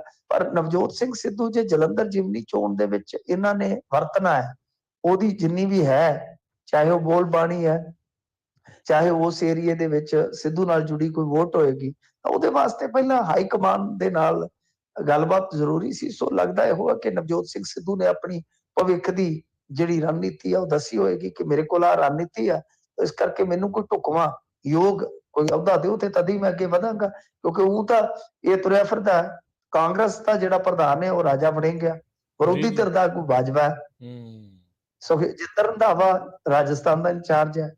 ਤੋ ਇਸ ਕਰਕੇ ਸਿੱਧੂ ਦੀ ਕੋਈ ਵੁਕਤ ਰਹਿ ਨਹੀਂ ਜਾਂਦੀ, ਬਸ ਸਿੱਧੂ ਦੀ ਆਪਣੀ ਪਰਸਨਲ ਮਤਲਬ ਛਵੀ ਹੈ, ਪਰ ਕਾਂਗਰਸ ਦੇ ਵਿੱਚ ਤੇ ਕੋਈ ਵੱਡਾ ਅਹੁਦਾ ਜਾਂ ਕੋਈ ਕਹਿ ਲਓ ਕਿ ਵੱਡਾ ਧੜਾ ਉਹਦੇ ਨਾਲ ਹੈ ਨਹੀਂਗਾ। ਜੀ ਜੀ ਜੀ ਮਿੰਟੂ ਜੀ, ਅਗਲੀ ਗੱਲ ਕਰ ਲਈਏ, ਕੰਨ ਫੜ ਕੇ ਬੈਠਕਾ ਮਾਰਦਾ ਵੀਡੀਓ 'ਚ ਨਜ਼ਰ ਆਇਆ ਗੈਂਗਸਟਰ। ਹਾਂਜੀ, ਇੱਕ ਵੀਡੀਓ ਬੜੀ ਤੇਜ਼ੀ ਨਾਲ ਵਾਇਰਲ ਹੋ ਰਹੀ ਆ। ਇਹ ਵੀਡੀਓ ਜਿਹੜੀ ਹੁਣ ਪਤਾ ਨਹੀਂ ਕਿੱਥੋਂ ਦੀ ਹੈ। ਇਸ ਵੀਡੀਓ ਦੇ ਵਿੱਚ ਗੈਂਗਸਟਰ ਜਿਹੜਾ ਕਾਲਾ ਰਾਣਾ, ਮਤਲਬ ਕਿ ਕਾਲਾ ਜਠਾੜੀ ਦਾ, ਜਾਂ ਕਹਿ ਲਓ ਇਹ ਲਾਰੈਂਸ ਹੋਰਾਂ ਦਾ ਜਿਹੜਾ ਸਿੰਡੀਕੇਟ ਹੈ ਉਹਦਾ ਕਾਫੀ ਅਹਿਮ ਮੈਂਬਰ ਆ। ਤੇ ਇਹ ਕੰਨ ਫੜ ਕੇ ਜਿਵੇਂ ਆਪਾਂ ਕਰਦੇ ਹੁੰਦੇ ਆ ਡੰਡ ਬੈਠਕਾਂ ਮਾਰਦੇ ਹੁੰਦੇ ਆ, ਨਹੀਂ ਸੌਰੀ ਆ ਜਿਹੜੀਆਂ ਉੱਠ ਕੇ ਬੈਠਕਾਂ ਜਿਹੜੀਆਂ ਇਕੱਲੀਆਂ ਏਦਾਂ ਲਾ ਰਿਹਾ। ਤੇ ਵੀਡੀਓ ਦੇ ਵਿੱਚ ਉਹ ਬੋਲਦਾ ਹੈ ਕਿ ਮੇਰਾ ਨਾਮ ਵਰਿੰਦਰ ਪ੍ਰਤਾਪ ਉਰਫ ਕਾਲਾ ਰਾਣਾ ਹੈ, ਮੈਂ 12 ਤੋਂ ਕ੍ਰਾਈਮ ਦੀ ਸ਼ੁਰੂਆਤ ਕਰਦਾ, ਮੈंने ਕਈ ਬੇਗੁਨਾਹ ਦਾ ਮਰਡਰ ਕੀਤਾ ਹੈ ਤੇ ਕਈ ਲੋਕਾਂ ਤੋਂ ਫਰੂਤੀ ਵਸੂਲੀ ਹੈ, ਮੈਨੂੰ ਮਾਫ ਕਰ ਦਿੱਤਾ ਜਾਏ, ਮੈਂ ਗੰਦਾ ਆਦਮੀ ਆ। ਤੇ ਕਾਲਾ ਰਾਣੇ ਦਾ ਇੱਕ ਕਬੂਲਨਾਮਾ ਜਿਹੜਾ ਉਹ ਤੇਜ਼ੀ ਨਾਲ ਵਾਇਰਲ ਹੋ ਰਿਹਾ। ਦੇਖੋ, ਇਹ ਪਤਾ ਨਹੀਂ, ਸਮਝ ਨਹੀਂ ਆ ਰਹੀ ਕਿ ਇਹ ਵੀਡੀਓ ਉਸਨੇ ਆਪ ਬਣਾਇਆ ਹੈ, ਆਪਣੀ ਮਰਜ਼ੀ ਨਾਲ ਬਣਾਇਆ ਹੈ, ਜਾਂ ਕਿਸੇ ਨੇ ਫਿਰ ਧੱਕੇ ਨਾਲ ਉਸ ਤੋਂ ਬਣਵਾਇਆ ਹੈ। ਪਰ ਇਸ ਵੀਡੀਓ ਦੇ ਖੂਬ ਚਰਚੇ ਨੇ, ਪਰ ਬੀਤੇ ਦਿਨਾਂ 'ਚ ਜੇ ਆਪਾਂ ਦੇਖੀਏ ਤੇ ਕਾਫੀ ਐਕਟਿਵ ਨਜ਼ਰ ਆਉਂਦੀ ਹੈ। ਸੈਂਟਰ ਗਵਰਨਮੈਂਟ ਦੀਆਂ ਏਜੰਸੀਆਂ ਜਿਹੜੀਆਂ ਨੇ ਉਹ ਬਹੁਤ ਜ਼ਿਆਦਾ ਤੇਜ਼ੀ ਨਾਲ ਕੰਮ ਕਰਦੀਆਂ ਪਈਆਂ ਹੈ। ਖਾਸ ਤੌਰ ਤੇ ਲਿਸਟ ਬਣਾ ਲਈ ਗਈ, ਫਿਰ ਉਸ ਤੋਂ ਬਾਅਦ ਇੱਕ ਨੂੰ ਮੈਕਸੀਕੋ ਤੋਂ ਲੈ ਆਏ, ਇੱਕ ਇਹ ਵੀਡੀਓ ਆ ਗਈ ਆ। ਏਦਾਂ ਲੱਗਦਾ ਕਿ ਜਿੱਦਾਂ ਬੜੀ ਤੇਜ਼ੀ ਨਾਲ ਇਹ ਮਗਰ ਤੇ ਪਏ ਹੋਏ ਨੇ। ਬਾਕੀ ਹੁਣ ਦੇਖੋ, ਇਸ ਵੀਡੀਓ ਦੀ ਹਾਲੇ ਰਾਜ ਕਰਨਵੀਰ ਸਿੰਘ ਜੀ ਕੋਈ ਸੱਚਾਈ ਦਾ ਨਹੀਂ ਪਤਾ, ਕੋਈ ਪ੍ਰਮਾਣਤਾ ਦਾ ਨਹੀਂ ਪਤਾ ਕਿ ਇਹ ਵੀਡੀਓ ਕਿਵੇਂ ਬਣੀ ਆ, ਕਿਸੇ ਮਨਸ਼ਾ ਨਾਲ ਬਣਾਈ ਗਈ ਆ ਤੇ ਜਾਂ ਬਣਵਾਈ ਗਈ ਆ। ਪਰ ਇਹਦੇ ਵਿੱਚ ਇਹ ਆਪਣੇ ਕੰਮਾਂ ਤੋਂ ਤੌਬਾ ਕਰਦਾ ਨਜ਼ਰ ਆ ਰਿਹਾ। ਪਰ ਮੇਰੇ ਖਿਆਲ ਦੇ ਨਾਲ ਜੇ ਸੱਚੀਓ ਤੌਬਾ ਕਰਦਾ ਨਜ਼ਰ ਆ ਰਿਹਾ ਤੇ ਸਰਕਾਰ ਨੂੰ ਵੀ ਕੁਝ ਫਿਰ ਸੋਚਣਾ ਚਾਹੀਦਾ। ਜੇ ਕੋਈ ਇਸ ਤਰ੍ਹਾਂ ਤੌਬਾ ਕਰਦਾ ਸੱਚੀਓ ਤੇ ਉਹਦੇ ਨਾਲ ਜ਼ਰੂਰ ਗੱਲਬਾਤ ਕਰਨੀ ਚਾਹੀਦੀ ਹੈ ਕਿ ਹਾਂ ਬਈ ਤੈਨੂੰ ਠੀਕ ਆ ਕਿ ਆਪਣੀ ਸਜ਼ਾ ਤਾਂ ਭੁਗਤਣੀ ਪਏਗੀ ਜੋ ਬਣਦੀ ਸਰਦੀ ਹੈ, ਪਰ ਉਸ ਤੋਂ ਬਾਅਦ ਰੀਹੈਬ ਵਾਸਤੇ ਉਹਨੂੰ ਬਿਲਕੁਲ ਪੇਸ਼ਕਸ਼ ਕਰਨੀ ਚਾਹੀਦੀ ਹੈ ਕਿ ਆ ਜਾ। ਜੀ ਜੀ ਜੀ ਬਿਲਕੁਲ। ਤੇ ਸਰੋਤਿਓ, ਆਪਾਂ ਅੱਜ ਤੁਹਾਡੀਆਂ ਕਾਲਸ ਵੀ ਲਵਾਂਗੇ। ਕੁਛ ਕੁ ਜਿਹੜੇ ਆ ਉਹ ਪਹਿਲੋਂ ਖਬਰਾਂ ਰਹਿ ਗਈਆਂ, ਉਸ ਤੋਂ ਉਪਰੰਤ ਫਿਰ ਤੁਹਾਡੀਆਂ ਕਾਲਸ ਵੱਲ ਨੂੰ ਹੋਵਾਂਗੇ। ਕਾਲ ਵੀ ਤੁਸੀਂ ਜਿਹੜੇ ਉਹ ਕਰ ਸਕਦੇ ਹੋ। ਕਾਲ ਕਰਨ ਦੇ ਲਈ ਨੰਬਰ 408 272 5200 4082725200। ਅਗਲੀ ਮਿੰਟੂ ਜੀ ਗੱਲ ਕਰਦੇ ਜਾਈਏ, ਕਿਸਾਨਾਂ ਨੇ ਸਰਕਾਰੀ ਇਮਾਰਤ ਵਿੱਚ ਫੜੇ ਪੋਸਟ ਦੇ ਬੂਟੇ, ਇਹਨਾਂ ਤੇ ਕਿਹੜੀ ਧਾਰਾ ਲੱਗੂ ਜੀ? ਹਾਂਜੀ, ਧਾਰਾ ਤਾਂ ਭਾਵੇਂ ਕੋਈ ਨਾ ਲੱਗੇ, ਪਰ ਬਦਨਾਮੀ ਵਾਲੇ ਖੰਭ ਤੇ ਜ਼ਰੂਰ ਲੱਗ ਗਏ ਨੇ, ਕਿਉਂਕਿ ਲੁਧਿਆਣੇ ਦੀ ਗੱਲ ਹੈ, ਜਿਹੜਾ ਖੇਤੀਬਾੜੀ ਦਫ਼ਤਰ ਹੈ ਇਹਨਾਂ ਦਾ, ਜਦੋਂ ਉਹਦੇ ਵਿੱਚ ਕਿਸਾਨ ਕੋਈ ਆਪਣਾ ਕੰਮ ਧੰਦਾ ਕਰਵਾਉਣ ਗਏ ਯੂਨੀਅਨ ਵਾਲੇ, ਤੇ ਉੱਥੇ ਉਹ ਵੇਖ ਕੇ ਹੈਰਾਨ ਰਹਿ ਕੇ, ਦੰਗ ਰਹਿ ਕੇ ਕਿ ਕਿਆਰੀ 'ਚ ਪੋਸਟ ਬੀਜਿਆ ਗਿਆ ਸੀਗਾ। ਤੇ ਫਿਰ ਉਹਨਾਂ ਨੇ ਪੱਤਰਕਾਰਾਂ ਨੂੰ ਬੁਲਾਇਆ, ਮੌਕੇ ਤੇ ਵੀਡੀਓ ਰਿਕਾਰਡ ਕੀਤਾ ਤੇ ਬਾਅਦ ਦੇ ਵਿੱਚ ਰੌਲਾ ਪੈ ਗਿਆ। ਉਹਨਾਂ ਨੇ ਕਿਹਾ ਕਿ ਸਾਡੇ ਖੇਤਾਂ ਦੇ ਵਿੱਚ ਤੇ ਬੂਟਾ ਵੀ ਦਿਸ ਜਾਵੇ ਤੇ ਪੁਲਿਸ ਜਿਹੜੀ ਆ ਗਿੱਚੀਓਂ ਫੜ ਕੇ ਥਾਣੇ ਸੁੱਟ ਦਿੰਦੀ ਆ, ਇਹ ਇੱਥੇ ਹੀ ਬੀਜ ਕੇ ਬੈਠੇ ਆ, ਖੇਤੀਬਾੜੀ ਵਾਲੇ ਆ, ਖਾ ਕੇ ਤੇ ਲੈਂਦੇ ਨੇ ਨਜ਼ਾਰੇ। ਤਾਂ ਇਹ ਰੌਲਾ ਪੈ ਗਿਆ। ਹੁਣ ਜਿਹੜਾ ਉੱਥੇ ਮੁੱਖ ਖੇਤੀਬਾੜੀ ਅਫਸਰ ਸੀਗਾ, ਉਹ ਕਹਿੰਦਾ ਦੇਖੋ ਇਹ ਕਿਹੜਾ ਕੋਈ ਚੀਰਾ ਲੱਗਾ ਹੋਇਆ ਡੋਡਾ ਸੀਗਾ, ਇਹ ਤਾਂ ਪੌਪੀ ਫਲਾਵਰ ਹੈ। ਤੇ ਫਿਰ ਨਾਲੇ ਆਪੇ ਕਹੀ ਜਾਂਦਾ ਮੈਨੂੰ ਤੇ ਪਤਾ ਨਹੀਂ ਇਹ ਕੀ ਆ, ਮਾਲੀ ਨੇ ਬੀਜਤਾ ਹੋਣਾ। ਮਤਲਬ ਕਿ ਗੱਲ ਗੋਲ ਮੋਲ ਜੀ ਆ। ਪਰ ਇਹ ਵੀਡੀਓ ਬਹੁਤ ਤੇਜ਼ੀ ਨਾਲ ਵਾਇਰਲ ਹੋ ਰਹੀ ਹੈ ਕਿ ਸ਼ਾਇਦ ਸਿੱਧੂਪੁਰ ਯੂਨੀਅਨ ਸੀ ਜਿਹੜੀ ਕੋਈ ਆਪਣੇ ਕੰਮ ਧੰਦੇ ਗਈ ਸੀ, ਪਰ ਜਦੋਂ ਉਹਨਾਂ ਨੇ ਪੋਸਟ ਦੇ ਬੂਟੇ ਵੇਖੇ ਤੇ ਰੌਲਾ ਪਾ ਲਿਆ। ਉਹਨਾਂ ਨੇ ਕਿਹਾ ਕਿ ਫਿਰ ਜੇ ਇਹ ਕੁਛ ਹੈ ਤੁਸੀਂ ਬੀਜ ਸਕਦੇ ਹੋ ਤੇ ਫਿਰ ਸਾਨੂੰ ਵੀ ਬੀਜਣ ਦੀ ਦੇ ਦਿਓ ਆਜ਼ਾਦੀ, ਸਾਨੂੰ ਵੀ ਖੁੱਲ੍ਹ ਦੇ ਦਿਓ, ਨਾਲੇ ਕੋਈ ਪਾਣੀ ਬਚੇਗਾ, ਕਣਕ ਝੋਨੇ ਦੇ ਚੱਕਰ ਚੋਂ ਨਿਕਲ ਆਵਾਂਗੇ ਤੇ ਨਾਲੇ ਕੋਈ ਸ਼ੁੱਧ ਮਾਲ ਖਾ ਲਵਾਂਗੇ। ਦੇਖ ਲਓ ਹਾਲ ਇਹਨਾਂ ਦਾ ਕਿੱਦਾਂ ਜਿਹੜਾ ਇਹ ਕਰਦੇ ਆ। ਅਗਲੀ ਜਿਹੜੀ ਮਿੰਟੂ ਜੀ ਗੱਲ ਕਰੀਏ, ਇਹ ਚਿੰਤਾਜਨਕ ਵਿਸ਼ਾ ਆ ਵਰਲਡ ਹੈਲਥ ਡੇ ਦੇ ਉੱਤੇ ਪੰਜਾਬੀਆਂ ਦੀ ਨਿੱਘਰਦੀ ਸਿਹਤ ਦੀ ਕਹਾਣੀ। ਹਾਂਜੀ, ਇਹ ਤਾਂ ਵਾਕਿਆ ਦੇਖੋ ਗੱਲ ਇਹ ਆ ਕਿ ਵੈਸੇ ਤੇ ਸਾਰੇ ਸੰਸਾਰ ਦੀ ਪ੍ਰੋਬਲਮ ਬਣੀ ਪਈ ਹੈ। ਬਿਲਕੁਲ ਹੈਲਥ ਬਹੁਤ ਵੱਡਾ ਇਸ਼ੂ ਹੈ। ਪਰ ਪੰਜਾਬੀਆਂ ਵਾਸਤੇ ਇਹ ਹੈ ਕਿ ਪੰਜਾਬੀ ਬਹੁਤ ਵਧੀਆ ਹੁੰਦੇ ਸਨ, ਬੜੀ ਨਿੱਘਰ ਸਿਹਤ ਸੀ ਪੰਜਾਬੀਆਂ ਦੀ, ਜੋ ਸਿਹਤ ਹੈ ਓਦਾਂ ਵੀ। ਤੇ ਵੈਸੇ ਵੀ ਜੇ ਤੁਸੀਂ ਦੇਖੋ ਇਹ ਜੰਗਜੂ ਤੇ ਰਹੇ ਹੀ ਨੇ, ਪਰ ਇਹਨਾਂ ਦੀ ਇੱਕ ਫਿਤਰਤ ਇਹ ਆ ਕਿ ਇਹ ਜੰਗਾਂ ਦੇ ਵਿੱਚ ਰਹਿੰਦੇ ਵੀ, ਉਹ ਜਿਵੇਂ ਇਹ ਕਹਿੰਦੇ ਨੇ ਖਾਦਾ ਪੀਤਾ ਲਾਏ ਦਾ, ਬਾਕੀ ਅਹਿਮਦ ਸ਼ਾਹੇ ਦਾ, ਵੀ ਖਾਣ ਪੀਣ ਵਾਲੇ, ਮੌਜ ਮਸਤੀਆਂ ਕਰਨ ਵਾਲੇ, ਬੇਫਿਕਰੀਆਂ ਬੇਪਰਵਾਹੀਆਂ ਵਾਲੇ। ਪਰ ਗੱਲ ਇਹ ਆ ਕਿ ਹੁਣ ਬਹੁਤ ਕੁਝ ਬਦਲ ਗਿਆ ਹੈ, ਓਨੀ ਮਿਹਨਤ ਨਹੀਂ ਹੈ, ਖਾਣੇ ਦਾ ਕਲਚਰ ਉਹੀ ਹੈ, ਸਾਰਾ ਕੁਝ ਉਦਾਂ ਹੀ ਆ, ਅਸੀਂ ਦੱਬੀ ਆਉਂਦੇ ਆ। ਉਲਟਾ ਅਸੀਂ ਬਾਹਰਲਾ ਫੂਡ ਬਹੁਤ ਜ਼ਿਆਦਾ ਆਪਣੀ ਰੋਜ਼ਮਰਾ ਦੀ ਜ਼ਿੰਦਗੀ 'ਚ ਸ਼ਾਮਲ ਕਰ ਲਿਆ, ਜਿਹਦੇ ਸਿੱਟੇ ਕੁਝ ਹੈਗੇ ਨੇ। ਤਾਂ ਇਹ ਖੋਜ ਕੀਤੀ ਗਈ ਹੈ ਜੀ, ਜਿਹੜੇ ਮਤਲਬ ਕਿ ਹੈਗੇ ਨੇ ਚੰਡੀਗੜ੍ਹ ਦੇ ਵਿੱਚ, ਤੁਹਾਨੂੰ ਪਤਾ ਪੀਜੀਆਈ ਵੀ ਹੈਗਾ, ਤਾਂ ਪੀਜੀਆਈ ਦੇ ਹੀ ਇੱਕ ਸੈਂਟਰ ਨੇ, ਉਹਨਾਂ ਦੇ ਜਿਹੜੇ ਪ੍ਰੋਫੈਸਰ ਨੇ, ਖੋਜਕਰਤਾ ਨੇ, JS ਠਾਕੁਰ, ਉਹਨਾਂ ਦੀ ਰਿਪੋਰਟ ਹੈ ਇਹ, ਕਿ ਬਈ ਪੰਜਾਬ ਦੀ ਹਾਲਤ ਇਹ ਆ ਕਿ ਜਿਹੜਾ ਆਹ ਬਲੱਡ ਪ੍ਰੈਸ਼ਰ ਵਧਣ ਵਾਲਾ ਰੋਗ ਹੁੰਦਾ ਹੈ, 40% ਪੰਜਾਬੀ ਇਹਦੇ ਤੋਂ ਪੀੜਤ ਹੈ, ਹਿਸਾਬ ਲਾ ਲਓ। ਤੇ ਇਸ ਤੋਂ ਇਲਾਵਾ ਜੇ ਤੁਸੀਂ ਵੇਖੋਗੇ ਤਾਂ ਜਿਹੜਾ ਸ਼ੂਗਰ ਆ 15% ਹੈ। ਕੈਂਸਰ 1 ਲੱਖ ਦੀ ਆਬਾਦੀ ਪਿੱਛੇ 90 ਤੋਂ 100 ਮਰੀਜ਼ ਨੇ, ਬੜੀ ਵੱਡੀ ਗਿਣਤੀ ਆ। ਜੀ ਸੋ ਇਹ ਇਹਨਾਂ ਨੇ ਮੋਟਾ ਦੱਸਿਆ ਕਿ ਭਾਈ ਤੁਸੀਂ ਆਪਣੀ ਸਿਹਤ ਦਾ ਖਿਆਲ ਰੱਖੋ, ਇਹ ਬਹੁਤ ਜ਼ਰੂਰੀ ਆ। ਬਿਲਕੁਲ ਇਹਨਾਂ ਦੀ ਗੱਲ ਸਹੀ ਆ, ਪਰ ਮੈਂ ਤਾਂ ਕਹਿੰਦਾ ਕਿ ਕੁਝ ਮਿੰਟ ਨਹੀਂ, ਘੰਟਾ 2 ਘੰਟੇ ਆਪਣੀ ਸਿਹਤ ਵਾਸਤੇ ਕੱਢੋ, ਜਿੰਨਾ ਮਰਜ਼ੀ ਜ਼ਰੂਰੀ ਕੰਮ ਆ, ਜਿੰਨੀ ਮਰਜ਼ੀ ਜ਼ਿੰਦਗੀ ਬਿਜ਼ੀ ਆ। ਤੇ ਦੂਜਾ ਹੈ ਕਿ ਖਾਣਾ ਇਹ ਜੋ ਸਾਡਾ ਵਿਰਾਸਤੀ ਖਾਣਾ ਹੈ, ਜੋ ਮਤਲਬ ਕਿ ਸਾਡੇ ਕਹਿ ਲਓ ਕਿ ਜੈਨੇਟਿਕਲੀ ਵੀ ਅਸਰ ਪਾਉਂਦਾ ਹੈ, ਤਾਂ ਉਹ ਖਾਣਾ ਤੁਹਾਨੂੰ ਬਹੁਤ ਹੱਦ ਤੱਕ ਦੇਖਣਾ ਪਵੇਗਾ। ਸੋ ਪੰਜਾਬ ਵਾਸਤੇ ਇਹ ਬੁਰੀ ਖਬਰ ਆ ਕਿ ਬਹੁਤ ਸਾਰੇ ਰੋਗ ਜਿਹੜੇ ਆ ਉਹ ਸਾਨੂੰ ਚੁੰਬੜੇ ਪਏ ਨੇ, ਜਿਵੇਂ ਸ਼ੂਗਰ, ਕੈਂਸਰ, ਇਹ ਤਾਂ ਮਤਲਬ ਕਿ ਮੋਟੇ ਰੋਗ ਆ। ਹੋਰ ਵੀ ਬਹੁਤ ਸਾਰੇ ਰੋਗ ਆ, ਕਾਲਾ ਪੀਲੀਆ ਵਗੈਰਾ, ਬਹੁਤ ਸਾਰੇ ਲੋਕਾਂ ਨੂੰ ਹੁੰਦਾ ਹੈ ਜੀ। ਜੀ ਬਿਲਕੁਲ ਮਿੰਟੂ ਜੀ, ਰੀਸੈਂਟਲੀ ਚਲੋ ਸਿਆਣੇ ਤਾਂ ਕਹਿੰਦੇ ਹੀ ਆ, ਜਿੱਦਾਂ ਤੁਸੀਂ ਵੀ ਦੱਸ ਰਹੇ ਆ ਵੀ 1-2 ਘੰਟੇ ਸਿਹਤ ਤੇ ਲਾਓ ਤਾਂ ਵਧੀਆ ਆ। ਆਸਟ੍ਰੇਲੀਆ ਦੀ ਇੱਕ ਹੁਣੇ ਨਵੀਂ ਇੱਕ ਸਟੱਡੀ ਆਈ ਆ, ਉਹਨਾਂ ਨੇ ਇਹੀ ਇਸ ਚੀਜ਼ ਨੂੰ ਪ੍ਰਮਾਣਿਤ ਕੀਤਾ ਵੀ ਦਵਾਈਆਂ ਬਾਕੀ ਚੀਜ਼ਾਂ ਦੇ ਨਾਲੋਂ ਡਿਪਰੈਸ਼ਨ ਦੇ ਇਲਾਜ ਲਈ ਜੇ ਤੁਸੀਂ ਐਕਸਰਸਾਈਜ਼ ਕਰਦੇ ਆ ਤਾਂ ਉਹ 1.5 ਗੁਣਾ ਜ਼ਿਆਦਾ ਅਸਰਦਾਇਕ ਹੁੰਦੀ ਆ ਬਾਕੀ ਜਿਹੜੀਆਂ ਦਵਾਈਆਂ ਦੇ ਨਾਲੋਂ। ਸੋ ਆਪਾਂ ਨੂੰ ਸਿਹਤ ਪੱਖੀ ਜਿਹੜੀਆਂ ਚੀਜ਼ਾਂ ਆ ਉਹ ਕਰਨੀਆਂ ਬਹੁਤ ਜ਼ਰੂਰੀ ਆ। ਸੋ ਕਹਿੰਦੇ ਆ, ਲੋਕ ਕਹਿੰਦੇ ਵੀ ਰਹੇ ਆ, ਖਾਓ ਵੀ, ਤੇ ਉਹਦੇ ਨਾਲ ਫਰਕ ਜਿਹੜਾ ਉਹ ਪੈਂਦਾ। ਸੋ ਹੋਪਫੁਲੀ ਲੋਕ ਇਸ ਪਾਸੇ ਵੱਲ ਨੂੰ ਵੀ ਜਿਹੜਾ ਵਧਣ। ਇੱਥੇ ਇੱਕ ਬ੍ਰੇਕ ਦਾ ਵਕਤ ਹੋ ਗਿਆ, ਬ੍ਰੇਕ ਤੋਂ ਬਾਅਦ ਜਿਹੜੇ ਆ ਸਰੋਤਿਓ ਆਪਾਂ ਵਾਪਸ ਆਉਂਦੇ ਆ, ਦਰਸ਼ਕੋ ਵਾਪਸ ਆਉਂਦੇ ਆ। ਤੁਸੀਂ ਵੀ ਆਪਣਾ ਜੇ ਕੋਈ ਸਵਾਲ ਪੁੱਛਣਾ ਆ, ਚਾਹੇ ਤੁਸੀਂ ਫੇਸਬੁੱਕ ਤੇ YouTube ਤੇ ਪੁੱਛਣਾ ਚਾਹੁੰਦੇ ਹੋ ਜਾਂ ਤੁਸੀਂ ਕਾਲ ਕਰਕੇ ਪੁੱਛਣਾ ਚਾਹੁੰਦੇ ਹੋ, ਤਾਂ ਫੋਨ ਲਾਈਨਸ ਓਪਨ ਨੇ। ਨੰਬਰ 408-272-5200 4082725200, ਇਸ ਨੰਬਰ ਦੇ ਉੱਤੇ ਕਾਲ ਕਰੋ। ਕਾਲ ਕਰਕੇ ਤੁਸੀਂ ਮਿੰਟੂ ਜੀ ਨੂੰ ਸਵਾਲ ਪੁੱਛ ਸਕਦੇ ਆ, ਤੇ ਤੁਹਾਡੀਆਂ ਲਵਾਂਗੇ ਆਪਾਂ ਕਾਲਸ। ਹੁਣ ਇੱਕ ਬ੍ਰੇਕ ਤੋਂ ਬਾਅਦ ਮਿਲਦੇ ਹਾਂ ਜੀ।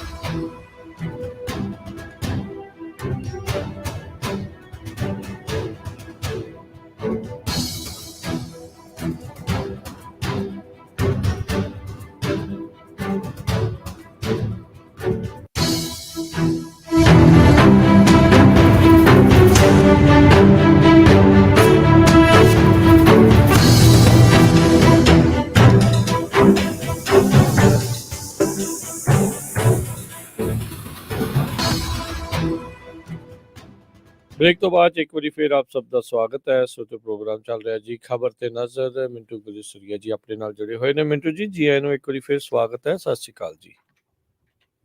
ਤੇ ਸ਼ੁਕਰੀਆ ਸਾਰਿਆਂ ਦਾ। ਸਤਿ ਸ਼੍ਰੀ ਤੇ ਸੋਤੇ ਹੁਣ ਆਪਾਂ ਕਾਲਸ ਲੈਣੀਆਂ ਸ਼ੁਰੂ ਕਰਾਂਗੇ। ਸੋਤੇ ਤੁਸੀਂ ਵੀ ਕਾਲ ਕਰਕੇ ਆਪਣਾ ਜੇ ਸਵਾਲ ਪੁੱਛਣਾ ਚਾਹੁੰਦੇ ਹੋ ਤਾਂ ਨੰਬਰ ਹੈ 408 272 5200 4082725200। ਆਪਣੇ ਅੱਜ ਦੇ ਪਹਿਲੇ ਕਾਲਰ ਨੇ ਦੀਪਿੰਦਰ ਜੀ। ਸਤਿ ਸ਼੍ਰੀ ਅਕਾਲ ਜੀ। ਹਾਂਜੀ ਸਤਿ ਸ਼੍ਰੀ ਅਕਾਲ ਜੀ ਮਿੰਟੂ ਜੀ। ਅਕਾਲ ਜੀ। ਹਾਂਜੀ ਮੈਂ ਆਪਣਾ ਅੱਜ ਮੀਡੀਆ ਦੀ ਗੱਲ ਹੋਈ ਆ, ਆਪਣਾ ਮੀਡੀਆ ਦੇ ਬਾਰੇ ਕਰਨੀ ਸੀ ਗੱਲ। ਉਹ ਜਿਹੜਾ ਆਪਾਂ ਚਲੋ ਵੈਸੇ ਤਾਂ ਤੁਸੀਂ ਕਹਿੰਦੇ ਹੁੰਦੇ ਆ ਮਰਿਆਦਾ ਵੀ ਆਪਾਂ ਨੂੰ ਕਿਸੇ ਦਾ ਨਾਂ ਨਹੀਂ ਲੈਣਾ ਚਾਹੀਦਾ, ਬਟ ਸਟਿਲ ਲਾਈਕ ਉਹ ਜਿਵੇਂ NDT TV ਦਾ ਸੀਗਾ ਉਹ ਰਵੀਸ਼ ਕੁਮਾਰ, ਉਹ ਸਰਕਾਰ ਦਾ ਕਾਫੀ ਕ੍ਰਿਟਿਕ ਰਿਹਾ ਇਹਨਾਂ ਦਾ, ਮੋਦੀ ਗਵਰਨਮੈਂਟ ਦਾ ਜਾਂ ਹੋਰ। ਤੇ ਉਹ ਹੁਣ ਜਦੋਂ ਹੁਣ ਰਾਹੁਲ ਗਾਂਧੀ ਦੇ ਕੇਸ ਜੀ ਪਏ ਆ, ਉਹਨੇ ਉਹਦੇ ਬਾਰੇ ਕਈ ਵੀਡੀਓ ਪਾਈਆਂ, ਮੈਂ ਉਹਨੂੰ ਕਾਫੀ ਫੋਲੋ ਕਰਦਾ। ਪਰ ਮੈਨੂੰ ਨਹੀਂ ਲੱਗਦਾ, ਜੇ ਹੋ ਸਕਦਾ ਵੀ ਤੁਹਾਨੂੰ ਪਤਾ ਹੋਵੇ ਕੋਈ, ਉਹਨੇ ਜਿਹੜੇ ਹੁਣ ਪਿੱਛੇ ਜੇ ਆਪਣੇ ਸਿੱਖਾਂ ਦੇ ਅਗੇਂਸਟ ਐਪੀਸੋਡ ਹੋਇਆ ਵੀ ਕਿਵੇਂ ਆਪਾਂ ਨੂੰ ਮੀਡੀਆ 'ਚ ਪੇਂਟ ਕੀਤਾ ਗਿਆ ਸਿੱਖਾਂ ਨੂੰ, ਉਹਦੇ ਬਾਰੇ ਕੁਛ ਉਹਨੇ ਹਾਂ ਦਾ ਨਾਰਾ ਮਾਰਿਆ ਕਿ ਨਹੀਂ ਮਾਰਿਆ? ਵੀ ਜੇ ਨਹੀਂ ਮਾਰਿਆ ਤਾਂ ਮਾੜੀ ਗੱਲ ਆ, ਵੀ ਜਿਵੇਂ ਉਹ ਬਾਕੀ ਮਸਲਿਆਂ ਕਰਕੇ ਉਹ ਕਰਦਾ ਰਹਿੰਦਾ, ਚੁੱਕਦਾ ਰਹਿੰਦਾ, ਆਪਣੇ ਹਾਈਲਾਈਟ ਕਰਦਾ ਇਸ਼ੂ ਸਿੱਖਾਂ ਦੇ, ਤੇ ਉਹਨੇ ਕੀਤਾ ਕਿ ਨਹੀਂ ਕੀਤਾ? ਨਹੀਂ ਦੇਖੋ, ਮੈਂ ਇਮਾਨਦਾਰੀ ਨਾਲ ਕਹਾਂ ਕਿ ਮੈਂ ਨਹੀਂ ਦੇਖਿਆ, ਕਿਉਂਕਿ ਅੱਗੇ ਤਾਂ NDTV ਮੇਨ ਚੈਨਲ ਤੇ ਆ ਜਾਂਦਾ ਹੁੰਦਾ ਸੀ ਤੇ ਮੈਂ ਪ੍ਰਾਈਮ ਟਾਈਮ 'ਚ ਦੇਖ ਲੈਂਦਾ ਸੀਗਾ। ਹੁਣ ਉਹਦੇ ਤੋਂ ਆਫ ਏਅਰ ਕਰ ਦਿੱਤਾ ਗਿਆ ਜਾਂ ਹੋ ਗਿਆ, ਉਸ ਤੋਂ ਬਾਅਦ ਤਾਂ ਮੈਂ ਨਹੀਂ ਉਹਨੂੰ ਦੇਖ ਸਕਿਆ ਰਵੀਸ਼ ਕੁਮਾਰ ਨੂੰ ਹਾਲ ਦੇ ਦਿਨਾਂ 'ਚ। ਨਹੀਂ, ਮੈਨੂੰ ਇਸ ਬਾਰੇ ਪੱਕਾ ਜਾਣਕਾਰੀ ਨਹੀਂ, ਪਰ ਗੱਲ ਇਹ ਹੈ ਕਿ ਦੇਖੋ ਉਹ ਵੈਸੇ ਤਾਂ ਹੁਣ ਪੱਤਰਕਾਰ ਨਹੀਂ ਆਪਾਂ ਕਹਿ ਸਕਦੇ, ਉਹ ਤਾਂ ਟਿੱਪਣੀਕਾਰ ਹੈ ਬਤੌਰ ਜਰਨਲਿਸਟ। ਤਾਂ ਹੁਣ ਇਹ ਜਰਨਲਿਸਟ ਦੇ ਵੀ ਅੱਗੇ ਕੈਟਾਗਰੀਆਂ ਆ ਗਈਆਂ। ਟਿੱਪਣੀਕਾਰ ਜਿਵੇਂ ਅਸੀਂ ਆ ਗਏ, ਅਸੀਂ ਖਬਰਾਂ ਵੀ ਦੇ ਜਾਂਦੇ ਆ, ਚਲੋ ਨਾਲ ਟਿੱਪਣੀਆਂ ਕਰ ਜਾਂਦੇ ਆ, ਉਹ ਮਿਕਸ ਜਿਹਾ ਕੰਮ ਸਾਡਾ, ਰਗੋਬਾ ਜਿਹਾ ਲਾ ਲਓ। ਉਹ ਟਿੱਪਣੀਕਾਰ ਨੇ ਤੇ ਨਾਲ ਲਾ ਲਓ ਵੀ ਪੁਰਾਣੇ ਜਰਨਲਿਸਟ ਨੇ। ਤਾਂ ਹੁਣ ਗੱਲ ਇਹ ਹੈ ਕਿ ਜਿਹੜੇ ਟਿੱਪਣੀਕਾਰ ਹੁੰਦੇ ਉਹ ਹੌਟ ਮੁੱਦਾ ਦੇਖਦੇ ਨੇ, ਜਾਂ ਉਹ ਆਪਦਾ ਪੂਰਾ ਰਿਸਰਚ ਵਰਕ ਕਰਦੇ ਆ ਕਿ ਆਹ ਮੈਂ ਰਿਪੋਰਟ ਤਿਆਰ ਕਰਨੀ ਹੈ। ਤਾਂ ਇਹਦਾ ਮਤਲਬ ਇਹ ਹੈ ਕਿ ਹੋ ਸਕਦਾ ਕਿ ਸਾਡੀ ਗੱਲ ਜਿਹੜੀ ਜਿਸ ਤਰੀਕੇ ਨਾਲ ਉਹ ਵੱਡੇ ਟਿੱਪਣੀਕਾਰਾਂ ਤੱਕ ਜਾਣੀ ਚਾਹੀਦੀ ਅਸੀਂ ਪਹੁੰਚਾ ਹੀ ਨਾ ਸਕੇ ਹੋਏ, ਜਾਂ ਜਿਸ ਤਰ੍ਹਾਂ ਦਾ ਅਸੀਂ ਇੱਕ ਕਲੈਕਟਿਵ ਕਾਊਂਟਰ ਦੇਣਾ ਸੀਗਾ ਉਸ ਤਰ੍ਹਾਂ ਤਾਂ ਦੇ ਹੀ ਨਾ ਸਕੀਏ ਹੋਈ ਹੈ। ਦੀਪਿੰਦਰ ਜੀ, ਇਹ ਵੀ ਤਾਂ ਇੱਕ ਫਰਕ ਹੈ ਨਾ।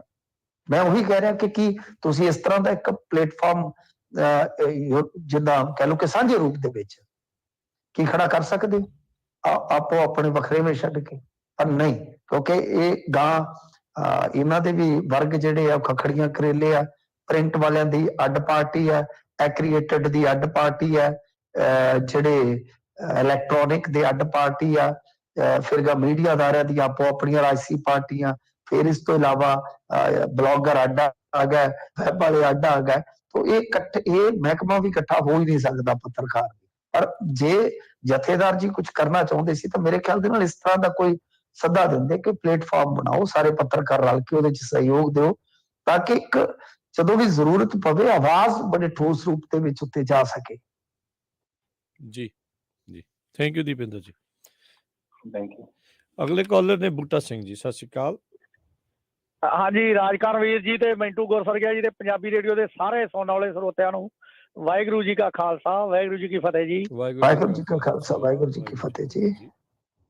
ਅੱਛਾ ਜੀ, ਆ ਜਿਹੜੇ ਜਥੇਦਾਰ ਸਾਹਿਬ ਹੋਣੀ ਕਰੀ ਜਾਂਦੇ ਨਾ ਹੁਣ ਇਹ ਰੋਲ, ਇਹਨਾਂ ਨੂੰ ਤਾਂ ਹਰਿਆਣੇ ਵਾਲੀ ਕਮੇਟੀ ਦੇ ਦੇਣ ਤੇ ਸਾਰਾ ਕੁਝ ਚੁੱਪ ਹੋ ਜਾਣਗੇ ਤੇ ਸਾਰੇ ਮਸਲੇ ਸਿੱਖਾਂ ਦੇ ਹੱਲ ਹੋ ਜਾਣੇ A to Z।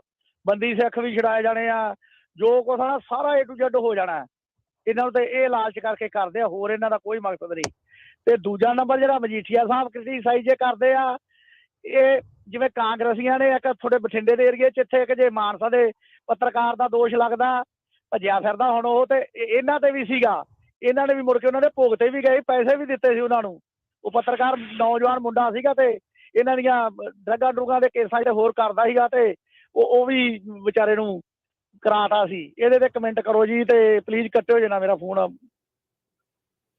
ਨਹੀਂ, ਅਸੀਂ ਖੁਦ ਇਹਨਾਂ ਦੀ ਸਰਕਾਰ 'ਚ ਕੰਮ ਕੀਤਾ ਜੀ। ਬਿਲਕੁਲ ਇਹਨਾਂ ਨੇ ਰੱਜ ਕੇ ਗਲਾ ਘੁੱਟਿਆ।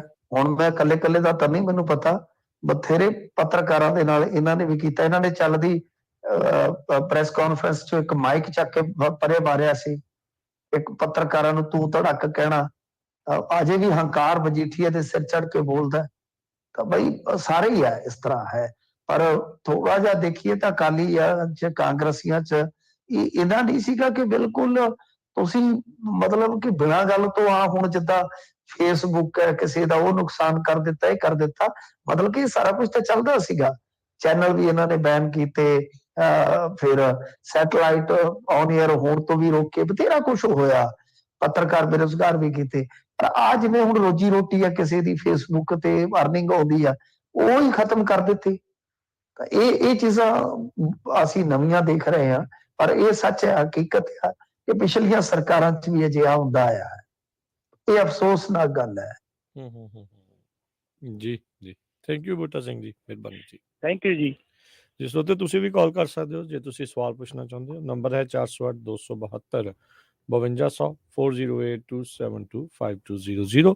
ਆਪਣੇ ਅਗਲੇ ਕਾਲਰ ਨੇ ਸੁਰਿੰਦਰ ਸਿੰਘ ਜੀ, ਸਤਿ ਸ਼੍ਰੀ ਅਕਾਲ ਜੀ। ਹੈਲੋ, ਹਾਂਜੀ ਸਤਿ ਸ਼੍ਰੀ ਅਕਾਲ ਜੀ। ਹਾਂਜੀ ਵੀਰ ਜੀ, ਮੇਰੀ ਵੱਲੋਂ ਸਾਰੇ ਭੈਣਾਂ ਭਰਾਵਾਂ ਨੂੰ ਸਤਿਕਾਰ ਭਰੀ ਸਤਿ ਸ਼੍ਰੀ ਅਕਾਲ ਜੀ ਪ੍ਰਵਾਨ ਕਰਨੀ। ਸਤਿ ਸ਼੍ਰੀ ਅਕਾਲ ਵੀਰ ਜੀ, ਮੈਂ ਭਾਜੀ ਹੁਣਾਂ ਤੋਂ ਇੰਨੀ ਥੋੜੀ ਜਾਣਕਾਰੀ ਲੈਣੀ ਚਾਹੁੰਦਾ ਸੀ ਵੀ ਜਿੱਦਾਂ ਪੰਜਾਬ ਦੇ ਵਿੱਚ ਕ੍ਰੈਸ਼ਰ ਦੀ ਰੇਤਾ ਤੇ ਨਾਲ ਜਾਂ ਦੂਸਰੀ ਬੱਜਰੀ ਤੇ ਚਿੱਟੀ ਰੇਤਾ ਜਿਹੜੀ ਦਰਿਆਵਾਂ ਤੋਂ ਆਉਂਦੀ ਆ, ਉਹਦੇ ਵਿੱਚ ਇਹ ਕਹਿ ਤਾਂ ਬਹੁਤ ਰਹੇ ਸੀ ਉਹ ਆਪਣੇ ਆਮ ਪਾਰਟੀ ਵਾਲੇ, ਪਰ ਉਹ ਗੱਲ ਦਿਸਦੀ ਨਹੀਂ ਕਿਤੇ ਵੀ। ਅਕਸਰ ਉਸੇ ਤਰ੍ਹਾਂ ਹੀ ਲੁੱਟ ਖਸੋਟਾ, ਕੀ ਇਹ ਲੋਕਾਂ ਨੂੰ ਐਵੇਂ ਛਲਬਾਜੀ ਵਿੱਚ ਹੀ ਪਾਉਂਦੇ ਆ ਜਾਂ ਹਕੀਕਤ ਵਿੱਚ ਕੋਸ਼ਿਸ਼ ਕਰ ਰਹੇ ਤੇ ਕਾਮਯਾਬ ਨਹੀਂ ਹੋ ਰਹੇ ਹੋ? ਇਹ ਚੱਕਰ ਚ ਰਿਹਾ ਜੀ ਹਾਲੇ ਤੱਕ ਵੀ। ਅਜੀ ਕੱਟੇ ਹੋਣਾ। ਦੇਖੋ, ਇਹ ਤਾਂ ਸਰ ਬਹੁਤ ਕੁਝ ਕਹਿੰਦੇ ਨੇ। ਇਹ ਤਾਂ ਕਹਿੰਦੇ ਸੀ 9 ਰੁਪਏ ਰੇਤਾ ਫਲਾਂ ਟਮਕਾ। ਅੱਜ ਵੀ ਜੇ ਤੁਸੀਂ ਦੇਖੋਗੇ ਤਾਂ 15-15 ਹਜ਼ਾਰ ਦੀ ਟਰਾਲੀ ਲੋਕਾਂ ਨੂੰ ਮਿਲ ਰਹੀ ਆ। ਇਹ ਆ ਕਿ ਹੁਣ ਕਹਿੰਦੇ ਅਗਾਂਹ ਖੱਡਾਂ ਹੋਰ ਸਰਕਾਰੀ ਖੋਲਾਂਗੇ, ਹੋ ਸਕਦਾ ਹੋਰ ਸਾਲ 6 ਮਹੀਨੇ ਤੱਕ ਤੇ ਸਾਰਾ ਕੁਝ ਹੋ ਜਾਵੇ। ਇਹ ਤਾਂ ਇੱਥੋਂ ਤੱਕ ਕਹਿੰਦੇ ਨੇ ਕਿ ਦੇਖੋ ਜੀ, ਪੰਜਾਬ ਐਸਾ ਸੂਬਾ ਬਣ ਰਿਹਾ ਕਿ ਬਿਜਲੀ ਸਾਡੇ ਕੋਲ ਵੱਧ ਜਾਣੀ ਹੈ। ਵੇਖੋ ਵੇਖੋ ਵੇਖੋ ਇਹਨਾਂ ਦੇ ਰੰਗ ਵੇਖੋ। ਗੱਲ ਕੀ ਹੈ ਕਿ ਕੱਲ ਮੈਂ ਵੇਖਣ ਡਿਆ ਸਾਡੇ ਮੁੰਡੇ ਖੇਡਣ ਗਏ ਸਨ ਟੂਰਨਾਮੈਂਟ, ਤੇ ਉੱਥੇ ਮੈਚ ਚੱਲਦਾ ਪਿਆ ਸੀ। ਅੱਜ ਕੱਲ ਲਾਈਵ ਹੁੰਦੇ, ਮੈਂ ਲਾਈਵ ਵੇਖ ਰਿਹਾ ਸੀ ਆਪਦੇ ਪਿੰਡ ਦਾ ਮੈਚ। ਇਹਨਾਂ ਦਾ ਵਿਧਾਇਕ, ਮੈਂ ਉਹਦਾ ਨਾਮ ਵੀ ਲੈਣਾ ਚਾਹਾਂਗਾ, ਮੁਕਤਸਰ ਵਾਲਾ ਕਾਕਾ ਜੀ, ਉਹ ਸਟੇਜ ਤੇ ਮੌਜੂਦ ਸੀ ਤੇ ਹਿਸਾਬ ਲਾ ਲਓ ਲਾਈਟ ਚਲੇ ਗਈ ਰਾਤ ਨੂੰ।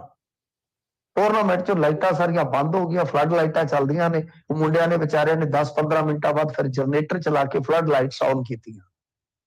ਕਹਿਣ ਨੂੰ ਤੇ ਬਥੇਰਾ ਕੁਝ ਕਹਿਣਾ, ਪਰ ਗੱਲ ਤੇ ਇਹ ਹੈ ਕਿ ਬਈ ਸਾਰਾ ਕੁਝ ਜਿਹੜਾ ਉਹ ਏਦਾਂ ਠੀਕ ਹਾਲੇ ਹੋਇਆ ਨਹੀਂ।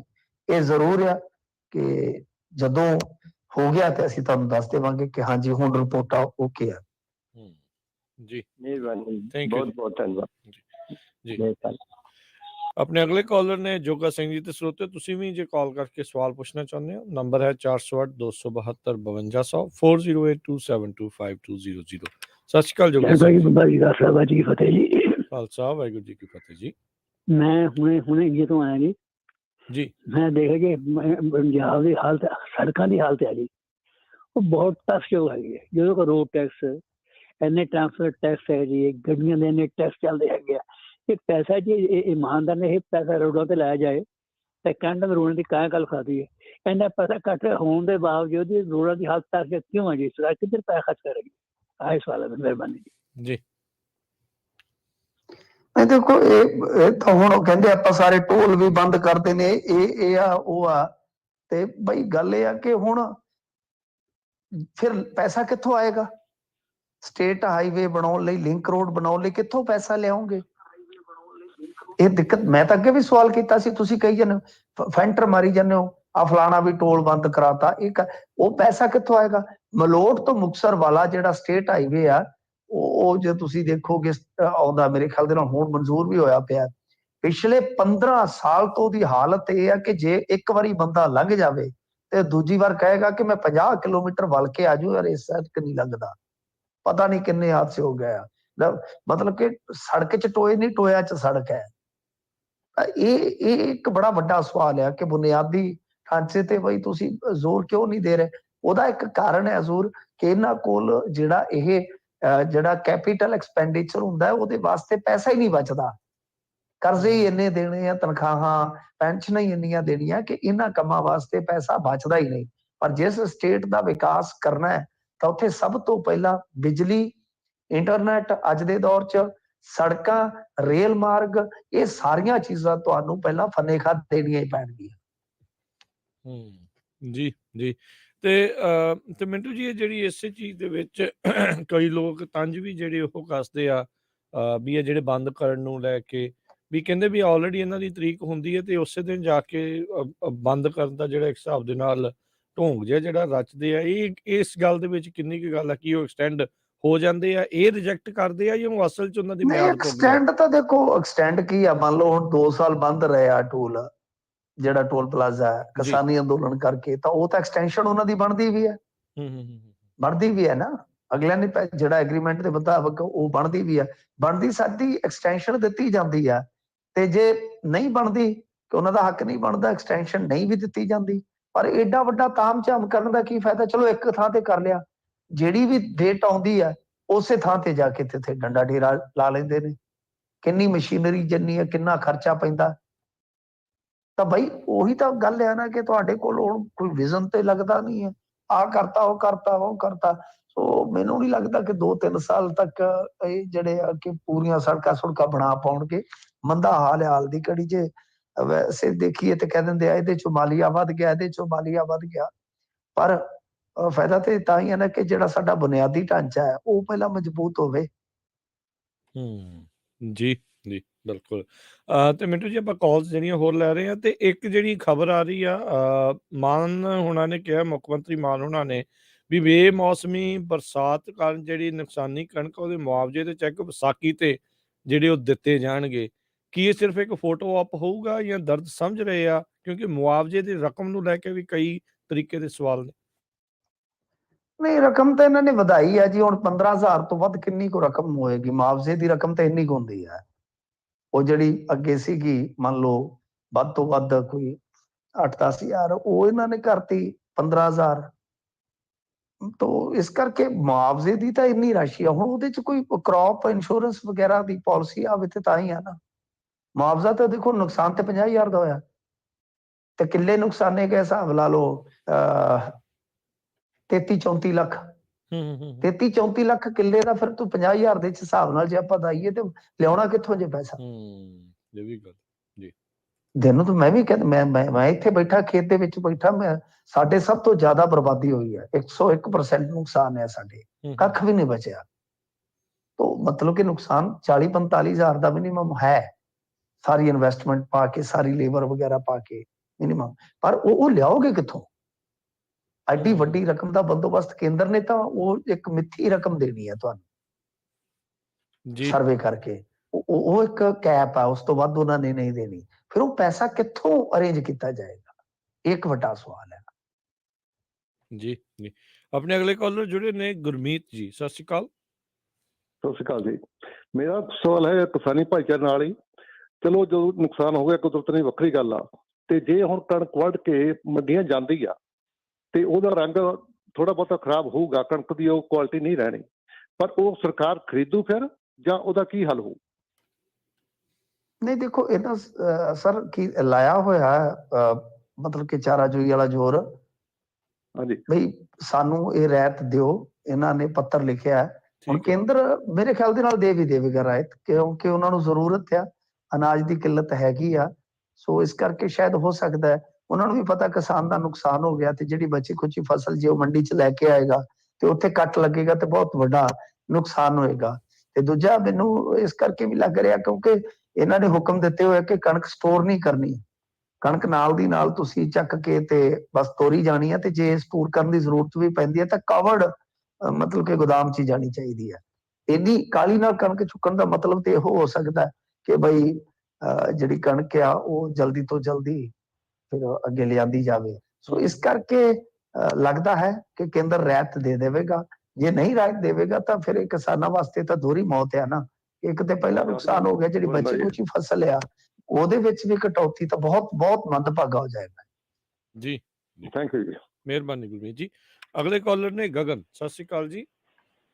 ਹਾਂਜੀ ਰਾਜ ਜੀ ਸਤਿ ਸ਼੍ਰੀ ਅਕਾਲ, ਮਿੰਟੂ ਜੀ ਸਤਿ ਸ਼੍ਰੀ ਅਕਾਲ ਜੀ। ਸਤਿ ਸ਼੍ਰੀ ਸਤਿ ਸ਼੍ਰੀ ਅਕਾਲ ਜੀ। ਜੀ ਮਿੰਟੂ ਜੀ, ਪਹਿਲੀ ਗੱਲ ਤੇ ਆ ਵੀ ਮੈਂ ਤੁਹਾਡਾ ਧੰਨਵਾਦ ਕਰਨਾ ਵੀ ਸਿਹਤ ਨਾ ਠੀਕ ਹੋਣ ਦੇ ਕਾਰਨ ਵੀ ਤੁਸੀਂ ਸਾਨੂੰ ਖਬਰਾਂ ਦੇ ਰਹੇ ਜੇ, ਉਹ ਪੰਜਾਬ ਤੋਂ ਜਾਣੂ ਕਰਵਾ ਰਹੇ ਜੇ। ਬਹੁਤ ਬਹੁਤ ਧੰਨਵਾਦ ਤੇ ਪਰਮਾਤਮਾ ਤੁਹਾਡੀ ਸਿਹਤ ਠੀਕ ਕਰੇ। ਹਾਂਜੀ ਤੇ ਮਿੰਟੂ ਜੀ, ਪਹਿਲੀ ਗੱਲ ਮੈਨੂੰ ਮਾੜਾ ਜਿਹਾ ਦੱਸੋ ਕਿ ਆ ਜਿਹੜੀ ਇੱਕ ਨਿਊਜ਼ ਇੱਕ ਵੀਡੀਓ ਘੁੰਮ ਰਹੀ ਹੈ YouTube ਤੇ, ਉਹ ਜਿਹੜੀ ਲਾਰੈਂਸ ਬਿਸ਼ਨੋਈ ਦੀ ਕੋਈ ਆਰਮੀ ਵਾਲਾ ਵਾ, ਉਹ ਕਹਿ ਰਿਹਾ ਵਾ ਕਿ ਲਾਰੈਂਸ ਬਿਸ਼ਨੋਈ ਜਿਹੜਾ ਹੈਗਾ ਵਾ ਉਹ ਬਹੁਤ ਚੰਗਾ ਬੰਦਾ ਵਾ ਤੇ ਉਹ ਜੇ ਖਾਲਿਸਤਾਨੀਆਂ ਬਾਰੇ ਗੱਲ ਕਰ ਰਿਹਾ ਜੇ ਉਹਨਾਂ ਨੂੰ ਉਹਦਾ ਨਾਂ ਲੈ ਦਿੱਤਾ ਜਾਵੇ ਤੇ ਮਤਲਬ ਉਹਨੂੰ ਬਹੁਤ ਵਧੀਆ ਪ੍ਰਚਾਰ ਵਿਖਾ ਰਹੇ ਆ ਸੋਸ਼ਲ ਮੀਡੀਆ ਤੇ। ਇਹਦੇ ਬਾਰੇ ਤੁਸੀਂ ਕੀ ਕਹਿਣਾ ਚਾਹੋਗੇ? ਤੇ ਮਾੜਾ ਨਹੀਂ ਸਰ, ਮੈਂ ਵੀਡੀਓ ਨਹੀਂ ਵੇਖੀ, ਮੈਂ ਕੁਝ ਨਹੀਂ ਕਹਿ ਸਕਦਾ ਸਰ। ਵੀਡੀਓ ਅੱਜ ਕੱਲ ਵੀਡੀਓ ਆਡੀਓ ਆਪ ਹੀ ਬਣੂ ਦਿੰਦੇ ਨੇ ਤੇ ਕੋਈ ਆਰਮੀ ਵਾਲਾ ਹੈ ਕਿ ਨਹੀਂ ਆਪਾਂ ਕਿਵੇਂ ਕਹਿ ਸਕਦੇ ਆਰਮੀ ਵਾਲਾ? ਇਹ ਗੌਰਵ ਆਰਿਆ ਦੀ ਗੱਲ ਕਰਦੇ ਜਿਹੜਾ ਚਨਕਿਆ ਡਾਇਲੌਗਸ ਵਾਲਾ ਜਿਹੜਾ ਕਹਿੰਦਾ ਆ ਵੀ ਆਪਾਂ ਦੇਖਿਆ ਵੀ ਕਿਦਾਂ ਉੱਥੇ ਕਿਤੇ ਨਾ ਕਿਤੇ ਲਾਰੈਂਸ ਬਿਸ਼ਨੋਈ ਨੂੰ ਉੱਥੇ ਦਿਖਾ ਰਹੇ ਆ ਵੀ ਬੜਾ ਰਾਸ਼ਟਰਵਾਦੀ ਆ। ਸੋ ਉਸੇ ਚਿਹਰੇ ਦੇ ਵਿੱਚ ਉਹਦੀ ਵੀਡੀਓ ਜਿਹੜੀ ਆਈ ਆ ਉਸਦੀ ਜਿਹੜਾ ਹਾਂਜੀ ਮੈਂ ਉਸੇ ਵੀਡੀਓ ਦੀ ਗੱਲ ਕਰ ਰਿਹਾ। ਹਾਂਜੀ ਮੈਂ ਉਸੇ ਦੀ ਗੱਲ ਕਰ ਰਿਹਾ। ਤੁਸੀਂ ਵੇਖ ਲਓ ਕਿ ਇਹ ਕਿਸ ਤਰ੍ਹਾਂ ਦਿਖਾ ਰਹੇ ਆ ਇੱਕ ਜਿਸਨੇ ਇੰਨਾ ਜੁਰਮ ਕੀਤਾ ਹੋਵੇ ਜਾਂ ਮਰਡਰ ਕੀਤੇ ਇਨਵੋਲਵ ਹੋਵੇ ਇੰਨੇ ਕੇਸਾਂ ਦੇ ਵਿੱਚ, ਤੇ ਉਹਨੂੰ ਫੇਰ ਵੀ ਇਹ ਵਿਖਾ ਰਿਹਾ ਕਿ ਉਹਦੇ ਵਰਗਾ ਬੰਦਾ ਕੋਈ ਨਹੀਂ ਹੈਗਾ। ਹਾਂਜੀ ਥੈਂਕ ਯੂ ਜੀ, ਥੈਂਕ ਯੂ ਵੈਰੀ ਮਚ। ਨਹੀਂ ਜੀ ਬਿਲਕੁਲ, ਜਿਹੜਾ ਜੁਰਮ ਹੈ ਜੁਰਮ ਨੂੰ ਜੁਰਮ ਦੀ ਨਿਗਾਹ ਨਾਲ ਵੇਖਿਆ ਜਾਣਾ ਚਾਹੀਦਾ ਹੈ, ਪਰ ਇਹ ਕਸੌਟੀ ਜਿਹੜੀ ਹੈ ਉਹ ਤੁਹਾਡੀ ਨਿਰਪੱਖ ਹੋਣੀ ਚਾਹੀਦੀ ਹੈ। ਫਿਰ ਜੇ ਕੋਈ ਤੁਹਾਡੀ ਕਮਿਊਨਿਟੀ ਦਾ ਜੁਰਮ ਕਰਦਾ ਹੈ ਤਾਂ ਉਹਨੂੰ ਵੀ ਉਸੇ ਢੰਗ ਨਾਲ ਦੇਖਣਾ ਚਾਹੀਦਾ ਹੈ। ਇਹੀ ਗੱਲ ਅਗਲੇ ਤੇ ਲਾਗੂ ਹੁੰਦੀ ਹੈ ਕਿ ਤੁਸੀਂ ਉਸ ਨੂੰ ਰਾਸ਼ਟਰਵਾਦੀ ਚਿਹਰਾ ਨਾ ਬਣਾਓ। ਉਹ ਮਤਲਬ ਕਿ ਛੋਟਾ ਜਿਹਾ ਹੁੰਦਾ, ਮੇਰੇ ਨਾਲ ਦੇ ਪਿੰਡ ਦਾ ਉਹ ਮੈਂ ਬਹੁਤ ਅੱਛੀ ਤਰ੍ਹਾਂ ਜਾਣਦਾ, ਬਹੁਤ ਅੱਛੀ ਤਰ੍ਹਾਂ। ਮਤਲਬ ਕਿ ਠੀਕ ਆ, ਉਹ ਜੋ ਗੱਲਾਂ ਕਹਿੰਦਾ ਕੁਝ ਗੱਲਾਂ ਸਹੀ ਨੇ ਬਿਲਕੁਲ, ਕਿ ਬਈ ਪੜ੍ਹਦਾ ਪੜਾਉਂਦੇ ਅਸੀਂ ਬਸ ਤੁਰਦਾ ਤੁਰਾਉਂਦਾ ਹੀ ਇੱਧਰ ਨੂੰ ਚਲੇ ਗਿਆ। ਘਰੋਂ ਸੌਖੇ ਨੇ, ਉਹ ਚੰਗੀ ਚੋਖੀ ਜ਼ਮੀਨ ਆ। ਪਰ ਗੱਲ ਇਹ ਹੈ ਕਿ ਜਿਹੜੇ ਜੁਰਮ ਕੀਤੇ ਆਪਾਂ, ਹੁਣ ਗੱਲ ਇਹ ਹੈ ਕਿ ਜਿਹੜਾ ਧਰਮਾਤਮਾ ਦਾ ਕੰਮ ਆ, ਪੁੰਨਦਾਨ ਦਾ ਕੰਮ ਆ, ਉਹ ਡੇਰੇ ਵਾਲੇ ਨਾਲੋਂ ਜ਼ਿਆਦਾ ਕੋਈ ਨਹੀਂ ਕਰ ਸਕਦਾ। ਡੇਰੇ ਵਾਲੇ ਨੇ ਕਿੰਨਰਾਂ ਦਾ ਸੋਚਿਆ, ਬੇਘਰਾਂ ਨੂੰ ਘਰ ਬਣਾ ਕੇ ਦਿੱਤੇ, ਮਤਲਬ ਕਿ ਆਪਣੇ ਆਪ ਨੂੰ ਨੈਸ਼ਨਲਿਸਟ ਬਣਾਉਣ ਵਾਸਤੇ ਆਪਣਾ ਬਰਥਡੇ ਤੱਕ ਚੇਂਜ ਕਰ ਦਿੱਤਾ ਡੇਰਾ ਮੁਖੀ ਨੇ, ਸਰਸੇ ਵਾਲੇ ਡੇਰੇ। ਮੈਂ ਕਹਿੰਦਾ ਉਹਨਾਂ ਦੇ ਇੰਨੇ ਕੰਮ ਕਈ ਨਾਲੇ ਜਿਹੜੇ ਨਾਲਿਆਂ 'ਚ ਸਫਾਈ ਕਰਮੀ ਵੀ ਨਹੀਂ ਸੀ ਵੜਦੇ, ਇਹਨਾਂ ਨੇ ਵੜ ਕੇ ਸਫਾਈਆਂ ਕੀਤੀਆਂ ਹੋਈਆਂ ਨੇ। ਮੈਂ ਦਾਤ ਦਿੰਦਾ ਪ੍ਰੇਮੀਆਂ ਦੀ ਕਿ ਬਹੁਤ ਸਫਾਈ ਦੇ ਕੰਮ ਕੀਤੇ ਆ, ਬੇਘਰਾਂ ਨੂੰ ਘਰ ਬਣਾ ਕੇ ਦਿੱਤੇ ਆ। ਪਰ ਕੀ ਜਿਹੜਾ ਜੁਰਮ ਆ ਤੁਸੀਂ ਉਹਨੂੰ ਉਹਦੇ ਨਾਲ ਧੋ ਦਿਓਗੇ ਤੁਸੀਂ? ਇਹ ਚੀਜ਼ ਹਰੇਕ ਤੇ ਲਾਗੂ ਹੁੰਦੀ ਹੈ ਕਿ ਅੱਜ ਕੋਈ ਜੇਲ੍ਹ 'ਚ ਬੈਠ ਕੇ ਕਵੇ ਕਿ ਮੈਂ ਏਦਾਂ ਕਰ ਲਵਾਂਗਾ ਏਦਾਂ ਕਰ ਲਵਾਂਗਾ। ਨਹੀਂ, ਜੋ ਕੰਮ ਕੀਤੇ ਆ ਪਹਿਲਾਂ ਉਹ ਸਜ਼ਾ ਤਾਂ ਤੁਹਾਨੂੰ ਕੱਟਣੀ ਪਏਗੀ। ਤਾਂ ਉਸਨੂੰ ਉਸੇ ਚਸ਼ਮੇ ਨਾਲ ਹੀ ਦੇਖੋ, ਚਾਹੇ ਕੋਈ ਵੀ ਹੈ ਕਿ ਹਾਂ ਭਰਾ ਤੂੰ ਗਾਂ ਕੁਛ ਨਾ ਕਰੀ, ਜਿਹੜੇ ਜੁਰਮ ਕੀਤੇ ਇਹਦੀ ਸਜ਼ਾ ਭੁਗਤ ਲਓ ਬਾਈ। ਜੀ ਜੀ। ਆਪਣੇ ਅਗਲੇ ਜਿਹੜੇ ਕਾਲਰ ਨੇ ਗੁਰਜੰਟ ਜੀ। ਸਤਿ ਸ਼੍ਰੀ ਅਕਾਲ। ਹਾਂਜੀ ਸਤਿ ਸ਼੍ਰੀ ਅਕਾਲ ਜੀ ਦੋਨਾਂ ਵੀਰਾਂ ਨੂੰ। ਸਤਿ ਸ਼੍ਰੀ ਅਕਾਲ ਜੀ। ਭਾਜੀ ਮੈਂ ਇੱਕ ਗੱਲ ਕਰਨੀ ਚਾਹੁੰਦਾ ਵੀ ਜਿਸ ਤਰ੍ਹਾਂ ਆਮ ਆਦਮੀ ਪਾਰਟੀ ਵਾਲੇ ਜੋ ਵੀ ਕਰ ਰਹੇ ਆ, ਇਹ ਲੋਕ ਦਿਖਾਵਾ ਜ਼ਿਆਦਾ ਹੋ ਰਿਹਾ, ਕੰਮ ਬਿਲਕੁਲ ਜ਼ੀਰੋ ਹੋ ਰਿਹਾ ਜੀ। ਮੈਂ ਇਸ ਚੀਜ਼ ਦਾ ਪੀੜ ਦਾ ਮੈਂ ਗੱਲ ਕਰ ਰਿਹਾ। ਮੇਰੀ ਆਪਣੀ ਪ੍ਰਾਪਰਟੀ ਦਾ ਇੰਡੀਆ ਦੇ ਵਿੱਚ ਰੌਲਾ। ਮੈਂ ਕੁਲਦੀਪ ਸਿੰਘ ਢਾਲੀਵਾਲ ਨੂੰ ਮਿਲਿਆ ਜੀ, ਉਹਨਾਂ ਨੇ SSP ਨੂੰ ਕਾਲ ਕੀਤੀ ਵੀ ਇਸ ਬੰਦੇ ਨੂੰ ਬੰਦੇ ਦੀ ਹੈਲਪ ਕੀਤੀ ਜਾਵੇ, ਮੇਰੇ ਫਾਦਰ ਸਾਹਿਬ ਜਾ ਕੇ ਉੱਥੇ ਮਿਲੇ, ਇਸ ਬੰਦੇ ਦੀ ਹੈਲਪ ਕੀਤੀ ਜਾਵੇ ਜੀ। ਅੱਜ ਉਸ ਗੱਲ ਨੂੰ 4 ਮਹੀਨੇ ਹੋ ਗਏ ਜੀ, ਉਸ ਚੀਜ਼ ਤੇ ਕੋਈ, ਇਹ ਕਹਿੰਦੇ ਜੀ 70% ਅਸੀਂ NRIਆਂ ਦੇ ਮਸਲੇ ਹੱਲ ਕਰਤੇ। ਮੈਂ ਕਹਿੰਦਾ ਉਸ ਚੋਂ 5% ਹੀ ਕੀਤੇ ਆ, 65% ਸ਼ਰੇਆਮ ਝੂਠ ਬੋਲ ਰਹੇ ਆ। ਮੈਂ ਅੱਜ ਇਸ ਗੱਲ ਨੂੰ 4 ਮਹੀਨੇ ਹੋ ਗਏ ਮੈਨੂੰ ਕਾਲ ਕਰਦਿਆਂ ਨੂੰ ਜੀ, ਨਾ ਕੋਈ ਰਿਸਪੌਂਸ, ਕੋਈ ਕਿਸੇ ਨਾਲ ਗੱਲਬਾਤ ਨਹੀਂ ਹੋ ਰਹੀ, ਸਿਰਫ ਲੋਕ ਦਿਖਾਵਾ ਹੋ ਰਿਹਾ ਜੀ। ਸਿਰਫ ਜੇ ਤੁਸੀਂ ਆਖੋ ਵੀ ਅੱਜ ਆਣੇ ਆ ਕਹਿੰਦਾ 15,000 ਰੁਪਈਆ ਮੁਆਵਜ਼ਾ, ਉਹ ਸਿਰਫ ਜਿਹੜੇ ਮੂਹਰੇ ਚੌਂਕੀ ਇਹਨਾਂ ਦੇ ਉਹਨਾਂ ਨੂੰ ਹੀ ਮਿਲਣਾ, ਬਾਕੀਆਂ ਕਿਸਾਨਾਂ ਨੇ ਸਿਰਫ ਫਾਹੀ ਲੈਣੇ। ਇੱਥੇ ਤੁਸੀਂ ਤੇ ਇੱਥੇ ਮੈਂ ਜੀ। ਇਹਦੇ ਬਾਰੇ ਤੁਹਾਡਾ ਕੀ ਵਿਚਾਰ ਹੈ? ਲੋਕ ਦਿਖਾਵਾ ਜ਼ਿਆਦਾ ਹੋ ਰਿਹਾ, ਸੋਸ਼ਲ ਮੀਡੀਆ ਤੇ ਜ਼ਿਆਦਾ ਦਿਖਾ ਰਹੇ ਆ, ਨਹੀਂ ਜੀ, ਜਿੱਥੇ ਜਾਂਦੇ ਚੱਕ ਕੇ ਪੋਸਟ ਪਾਉਂਦੇ, ਅਸੀਂ ਜੀ ਆਹ ਕਰਤਾ ਸੀ, ਆਹ ਕਰਤਾ ਜੀ। ਨਹੀਂ ਅਸੀਂ ਤੇ ਤੁਹਾਡੇ ਨਾਲ ਹੀ ਆ ਕਿ ਬਈ ਹੱਲ ਹੋਣੇ ਚਾਹੀਦੇ ਆ ਮਸਲੇ ਜਿਹੜੇ, ਇਹ ਕੋਈ ਵੱਡੇ ਮਸਲੇ ਨਹੀਂ ਹੁੰਦੇ। ਪਰ ਇੱਕ ਮੰਤਰੀ ਨੇ ਜੇ SSP ਨੂੰ ਕਹਿ ਦਿੱਤਾ ਹੈ, SSP ਉਹਦੀ ਗੱਲ ਨਹੀਂ ਗੌਲਦਾ, ਤੇ ਇਹਦਾ ਮਤਲਬ ਇੱਕ ਹੋਰ ਵੀ ਨਿਕਲਦਾ ਹੈ ਕਿ ਕਿੰਨੀ ਕੁ ਗੰਭੀਰਤਾ ਨਾਲ ਫਿਰ ਇਹਨਾਂ ਨੂੰ ਅਫਸਰਸ਼ਾਹੀ ਲੈ ਰਹੀ ਹੈ। ਤੇ ਇੱਥੋਂ ਤਾਂ ਪਤਾ ਲੱਗਦਾ ਨਾ ਕਿ ਤੁਹਾਡੀ SSP ਸਾਹਿਬ, ਮੇਰੇ ਫਾਦਰ ਸਾਹਿਬ ਦੇ ਕੋਲ ਬੈਠ ਕੇ SSP ਸਾਹਿਬ ਨੇ NRI ਥਾਣੇ ਦੇ ਵਿੱਚ ਕਾਲ ਕਰਵਾਈ ਵੀ ਹਾਂ ਭਾਈ ਗੁਰਜੰਟ ਸਿੰਘ ਦਾ ਮਸਲੇ ਨੂੰ ਹੱਲ ਕੀਤਾ ਜਾਵੇ, ਇਸ ਨੂੰ ਸੱਚਾਈ ਦਾ ਸੱਚਾਈ, ਦੁੱਧ ਦਾ ਦੁੱਧ, ਪਾਣੀ ਦਾ ਪਾਣੀ ਕੀਤਾ ਜਾਵੇ। ਉਸ ਇਹ ਦੇਖ ਲਓ ਵੀ NRI ਥਾਣੇ ਵਾਲੇ ਨੇ ਵੀ ਕੁਛ ਨਹੀਂ ਕੀਤਾ ਜੀ। ਪੇਪਰ ਵਰਕ ਮੇਰੇ ਕੋਲ ਹੈ ਜੀ ਜੀ। ਦੋਨਾਂ। ਨਹੀਂ ਫਿਰ ਇਹਦਾ ਮਤਲਬ ਉਹੀ ਹੈ ਹੁਣ ਗੱਲ, ਫਿਰ ਜੇ ਇਹ ਗੱਲ ਉਹਦੇ ਨਾਲ ਵੀ ਖਤਰਨਾਕ ਹੈ ਕਿ SSP ਦੀ ਗੱਲ ਕੋਈ ਥਾਣੇ ਵਾਲਾ ਨਾ ਕੋਲੇ, ਇਹਦਾ ਮਤਲਬ ਹੈ ਕਿ ਉਹ ਤਕੜੇ ਆ। ਸੋ ਮੈਨੂੰ ਸਮਝ ਨਹੀਂ ਆਉਂਦੀ ਕਿਉਂ ਇਹ ਸਾਰਾ ਕੁਝ ਚੱਲ ਰਿਹਾ, ਤੇ ਇਹ ਤਾਂ ਠੀਕ ਕਰਨਾ ਚੁਟਕੀ ਦਾ ਕੰਮ ਹੈ ਕਿ ਤੁਸੀਂ ਖਿੱਚ ਕੇ ਰੱਖੋ, ਅਗਲਿਆਂ ਨੂੰ ਕਹੋ ਕਿ ਜੋ ਵੀ ਡੇਲੀ ਰਿਪੋਰਟ ਹੈ ਦਿਓ ਸਾਨੂੰ NRIs ਬਾਰੇ, ਉਹਨਾਂ ਦੀ ਪ੍ਰਾਪਰਟੀ ਦੇ ਜਿਹੜੇ ਮਾਮਲੇ, ਉਹਨਾਂ ਦਾ ਕੀ ਸਟੇਟਸ ਹੈ, ਡੇਲੀ ਅਪਲੋਡ ਕਰੋ, ਅਪਡੇਟ ਕਰੋ ਉਸਨੂੰ। ਇਹ ਤਾਂ ਕੋਈ ਵੱਡੀ ਗੱਲ ਨਹੀਂ ਹੈਗੀ, ਸਮਝ ਨਹੀਂ ਆਉਂਦੀ। ਬਾਕੀ ਜੇ ਨਹੀਂ ਤਾਂ ਤੁਸੀਂ ਕਿਸੇ ਕੋਰਟ ਕਚਹਿਰੀ ਦੇ ਵਿੱਚ ਜਾ ਕੇ ਆਪਣੀ ਫਿਰ ਦਰਖਾਸਤ ਰੱਖੋ। ਜੇ ਇਹਨਾਂ ਦੇ ਸਾਰੇ ਰਹੇ ਤਾਂ ਫਿਰ ਤੁਸੀਂ ਅਖਬਾਰਾਂ 'ਚ ਇਹਨਾਂ ਦੀਆਂ ਮਸ਼ਹੂਰੀਆਂ ਹੀ ਪੜੋਗੇ ਜੀ। Thank you. ਦੇਖ ਰਹੇ ਮੈਨੂੰ 4 ਮਹੀਨੇ ਹੋ ਗਏ ਕਾਲ ਕਰਦੇ ਨੂੰ, ਕੋਈ ਜਵਾਬ ਹੀ ਨਹੀਂ ਦੇ ਰਿਹਾ ਜੀ ਕੋਈ। ਜੀ ਜੀ ਥੈਂਕ ਯੂ। ਨਹੀਂ ਇਹਨਾਂ ਦਾ ਇਹੀ ਹਾਲ ਹੈ ਭਾਜੀ, ਇਹ ਤਾਂ ਸ਼ੁਕਰ ਕਰੋ ਤੁਹਾਡੀ ਤੇ ਗੱਲ ਸੁਣ ਲਈ ਆ। ਅਸੀਂ ਇਹਨਾਂ ਨੂੰ ਫੋਨ ਕਰਦੇ ਰਹਿੰਦੇ, ਇਹਨਾਂ ਨੇ ਕੀ ਕੀਤਾ, ਆਫੀਸ਼ੀਅਲੀ ਨੰਬਰ ਇਹਨਾਂ ਦੇ ਜਿਹੜੇ ਉਹ ਜਾਂ ਤਾਂ PA ਕੋਲ ਹੁੰਦੇ ਆ ਜਾਂ ਇਹਨਾਂ ਨੇ ਸੰਦੂਕਾਂ 'ਚ ਰੱਖੇ ਆ, ਆਪਦੇ ਪਰਸਨਲ ਨੰਬਰ ਲੈ ਕੇ, ਅੱਡ ਨੰਬਰ ਲੈ ਕੇ, ਇਹ ਫੋਨ ਹੀ ਨਹੀਂ ਚੁੱਕਦੇ, ਕਿਸੇ ਦਾ ਗੱਲ ਹੀ ਨਹੀਂ ਕਰਦੇ। ਨਹੀਂ ਵੀ ਲੋਕਾਂ ਦੀ ਸੇਵਾ ਲਈ ਆ, ਫਿਰ ਲੋਕਾਂ ਦੀ ਗੱਲ ਤਾਂ ਸੁਣਨੀ ਚਾਹੀਦੀ ਆ। ਜੇ ਨਹੀਂ ਸੁਣਦੇ ਫਿਰ ਤਾਂ ਭਾਈ ਕੋਈ ਨਹੀਂ, ਇਹ ਖਾਸ ਲੋਕਾਂ ਦੀ ਸੇਵਾ ਲਈ ਆ, ਆਮ ਆਦਮੀ ਪਾਰਟੀ ਖਾਸ ਲੋਕਾਂ ਦੀ ਸੇਵਾ ਲਈ ਆ। ਸਮਾਂ ਕੋਈ ਫਰਕ ਨਹੀਂ, ਜਿੱਦਾਂ ਪਹਿਲਾਂ ਚੱਲਦਾ ਸੀ ਉਦਾਂ ਹੀ ਸਰਕਾਰਾਂ ਚੱਲ ਰਹੀਆਂ।